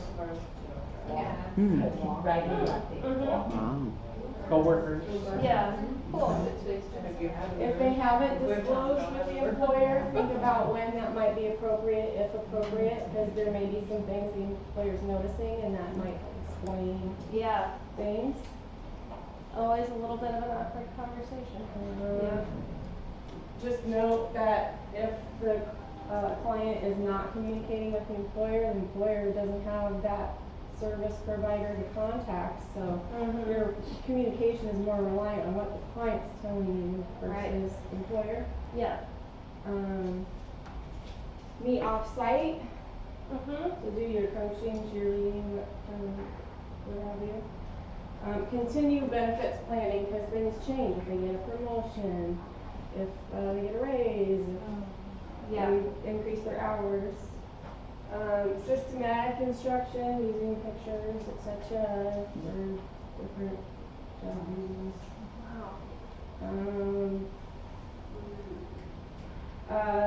Talk about if we need to talk with the employer about addressing any accommodations that might have come up that we didn't think about in the beginning. Assisting with natural supports, making sure they're still in place and still as supportive as they were. Yeah. Just frequent contact primarily is how we started off. Maybe review job duties every so often. Just to make sure they're still being as productive as they were. Yeah. Advocate, asking for promotions, asking for raises, asking for more hours. Wow, that is a really beautiful list.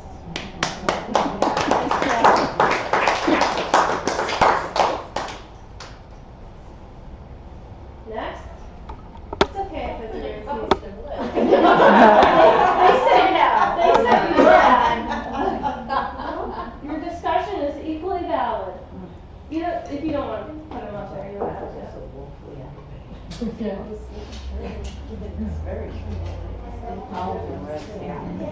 Yay.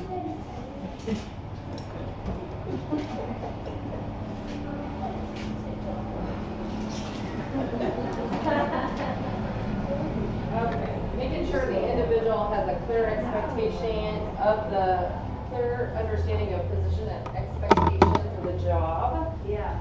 Good communication with the employer, employee, and the supports. Got natural supports like they do are identified. Job coach is involved. Disability awareness, employer training provided if requested, or there's a need seen for that. Having a coping plan, so when things go wrong, what's going to happen. And we talked about some of these things are going to be important on both sides, and some of those stuff should be over here too. Yeah. Understanding ADA and accommodation needs and what the employer's role is in that. Yeah. Consistency follow through, flexibility, and assisting with self-advocacy skills with the job candidate.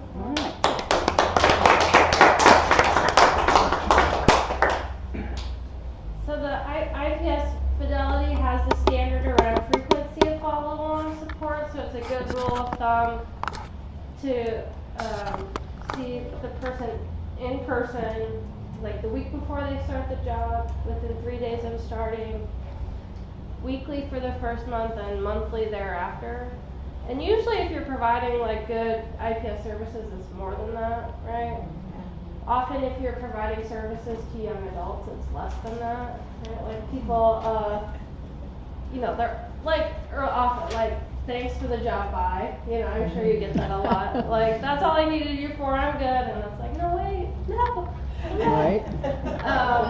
Because you will be back. We're there till the entire time. Oh, really? For like at least 2 weeks. Yeah. That's hardcore. Yeah, so that's good. The majority. Yeah. So it's just something to keep in mind. I know that you're doing already like a ton of job retention supports with people, but as that may like shift over time and, you know, as like you have an employment specialist who's doing all phases of service, it becomes something more to manage because often, you know, people are just juggling a lot of more like variety of tasks than just like doing job coaching or whatever. So, and a lot of things can be done if, you know, if people don't disclose, that's okay, right? Like a lot of these things can still be done. I'm curious about the coping plan, like how do those conversations go? Do you use like an actual plan or like a wellness recovery action plan or something like that? Just normal preventative service kind of. Okay, cool. I love that. It's like, call me before you quit your job. Like, don't quit, call me. All that kind of stuff. Don't walk off the job. And that's where like, it kind of goes back to the career profile too, and the relationship you've built is like, what has this person done before? Is it likely to happen again? And how can we try to like, not have it happen, you know, to have a better outcome, whether longer tenure or like leaving gracefully for the first time or whatever it might be. So, good. Any other thoughts about follow-on supports or questions about it related to IPS? Cool. So I want to say that I really appreciate everybody's time coming to these trainings for the past couple of days. I know that it's not our normal jam to like sit in a room for 6, 7 hours. And I know that many of you are quite skilled in all these areas, and so it may be really repetitive. I just appreciate you coming and participating actively. I've really enjoyed the energy of people and the sharing of knowledge. It's clearly like, it's really gratifying for me. It's like a real ace crowd, you know? And so I'm excited to be working with you more, and if you want before you leave, we can touch base around when we can meet up in April. And also I did not bring any training evaluations, but I really do value your feedback. So when I get back to the office on Monday, I'm gonna send out like a survey monkey or whatever, and I appreciate you sharing your honest feedback about what you thought was helpful, what could have been better, and etc. Yeah. I did have a question. Yeah. Just from the region standpoint, and probably Medicaid and maybe that too, but outcome measures that you would recommend that would identify cost savings or cost deferment. Yeah. Those sort of things that make it a financial argument to invest that in IPS and supported employment, because the fact of the matter is it's in competition with a lot of other services right now in development across the state. I get that. Yeah, and I this can send isn't you like that. the crisis services are getting all of the attention, but this is a very stable long-term service that can defer a lot of costs from people having to access the crisis services that we're supposed to be developing. Yeah.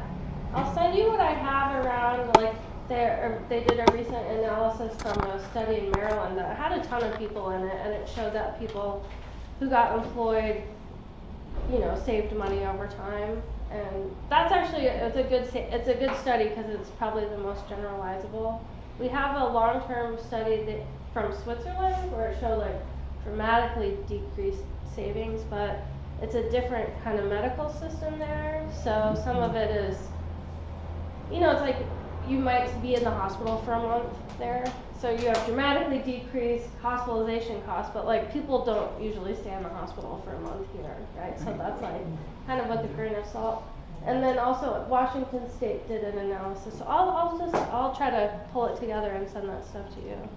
And it's definitely, we were brainstorming like research projects at our center last week, and that is at the top of it, because it's like we need like a really good cost effectiveness analysis around IPS, and some of the stuff is just old or like not as generalizable as we would need it to be. And it's complicated to do a cost effectiveness analysis, because it's like, who's saving the money? You know, is it to the public?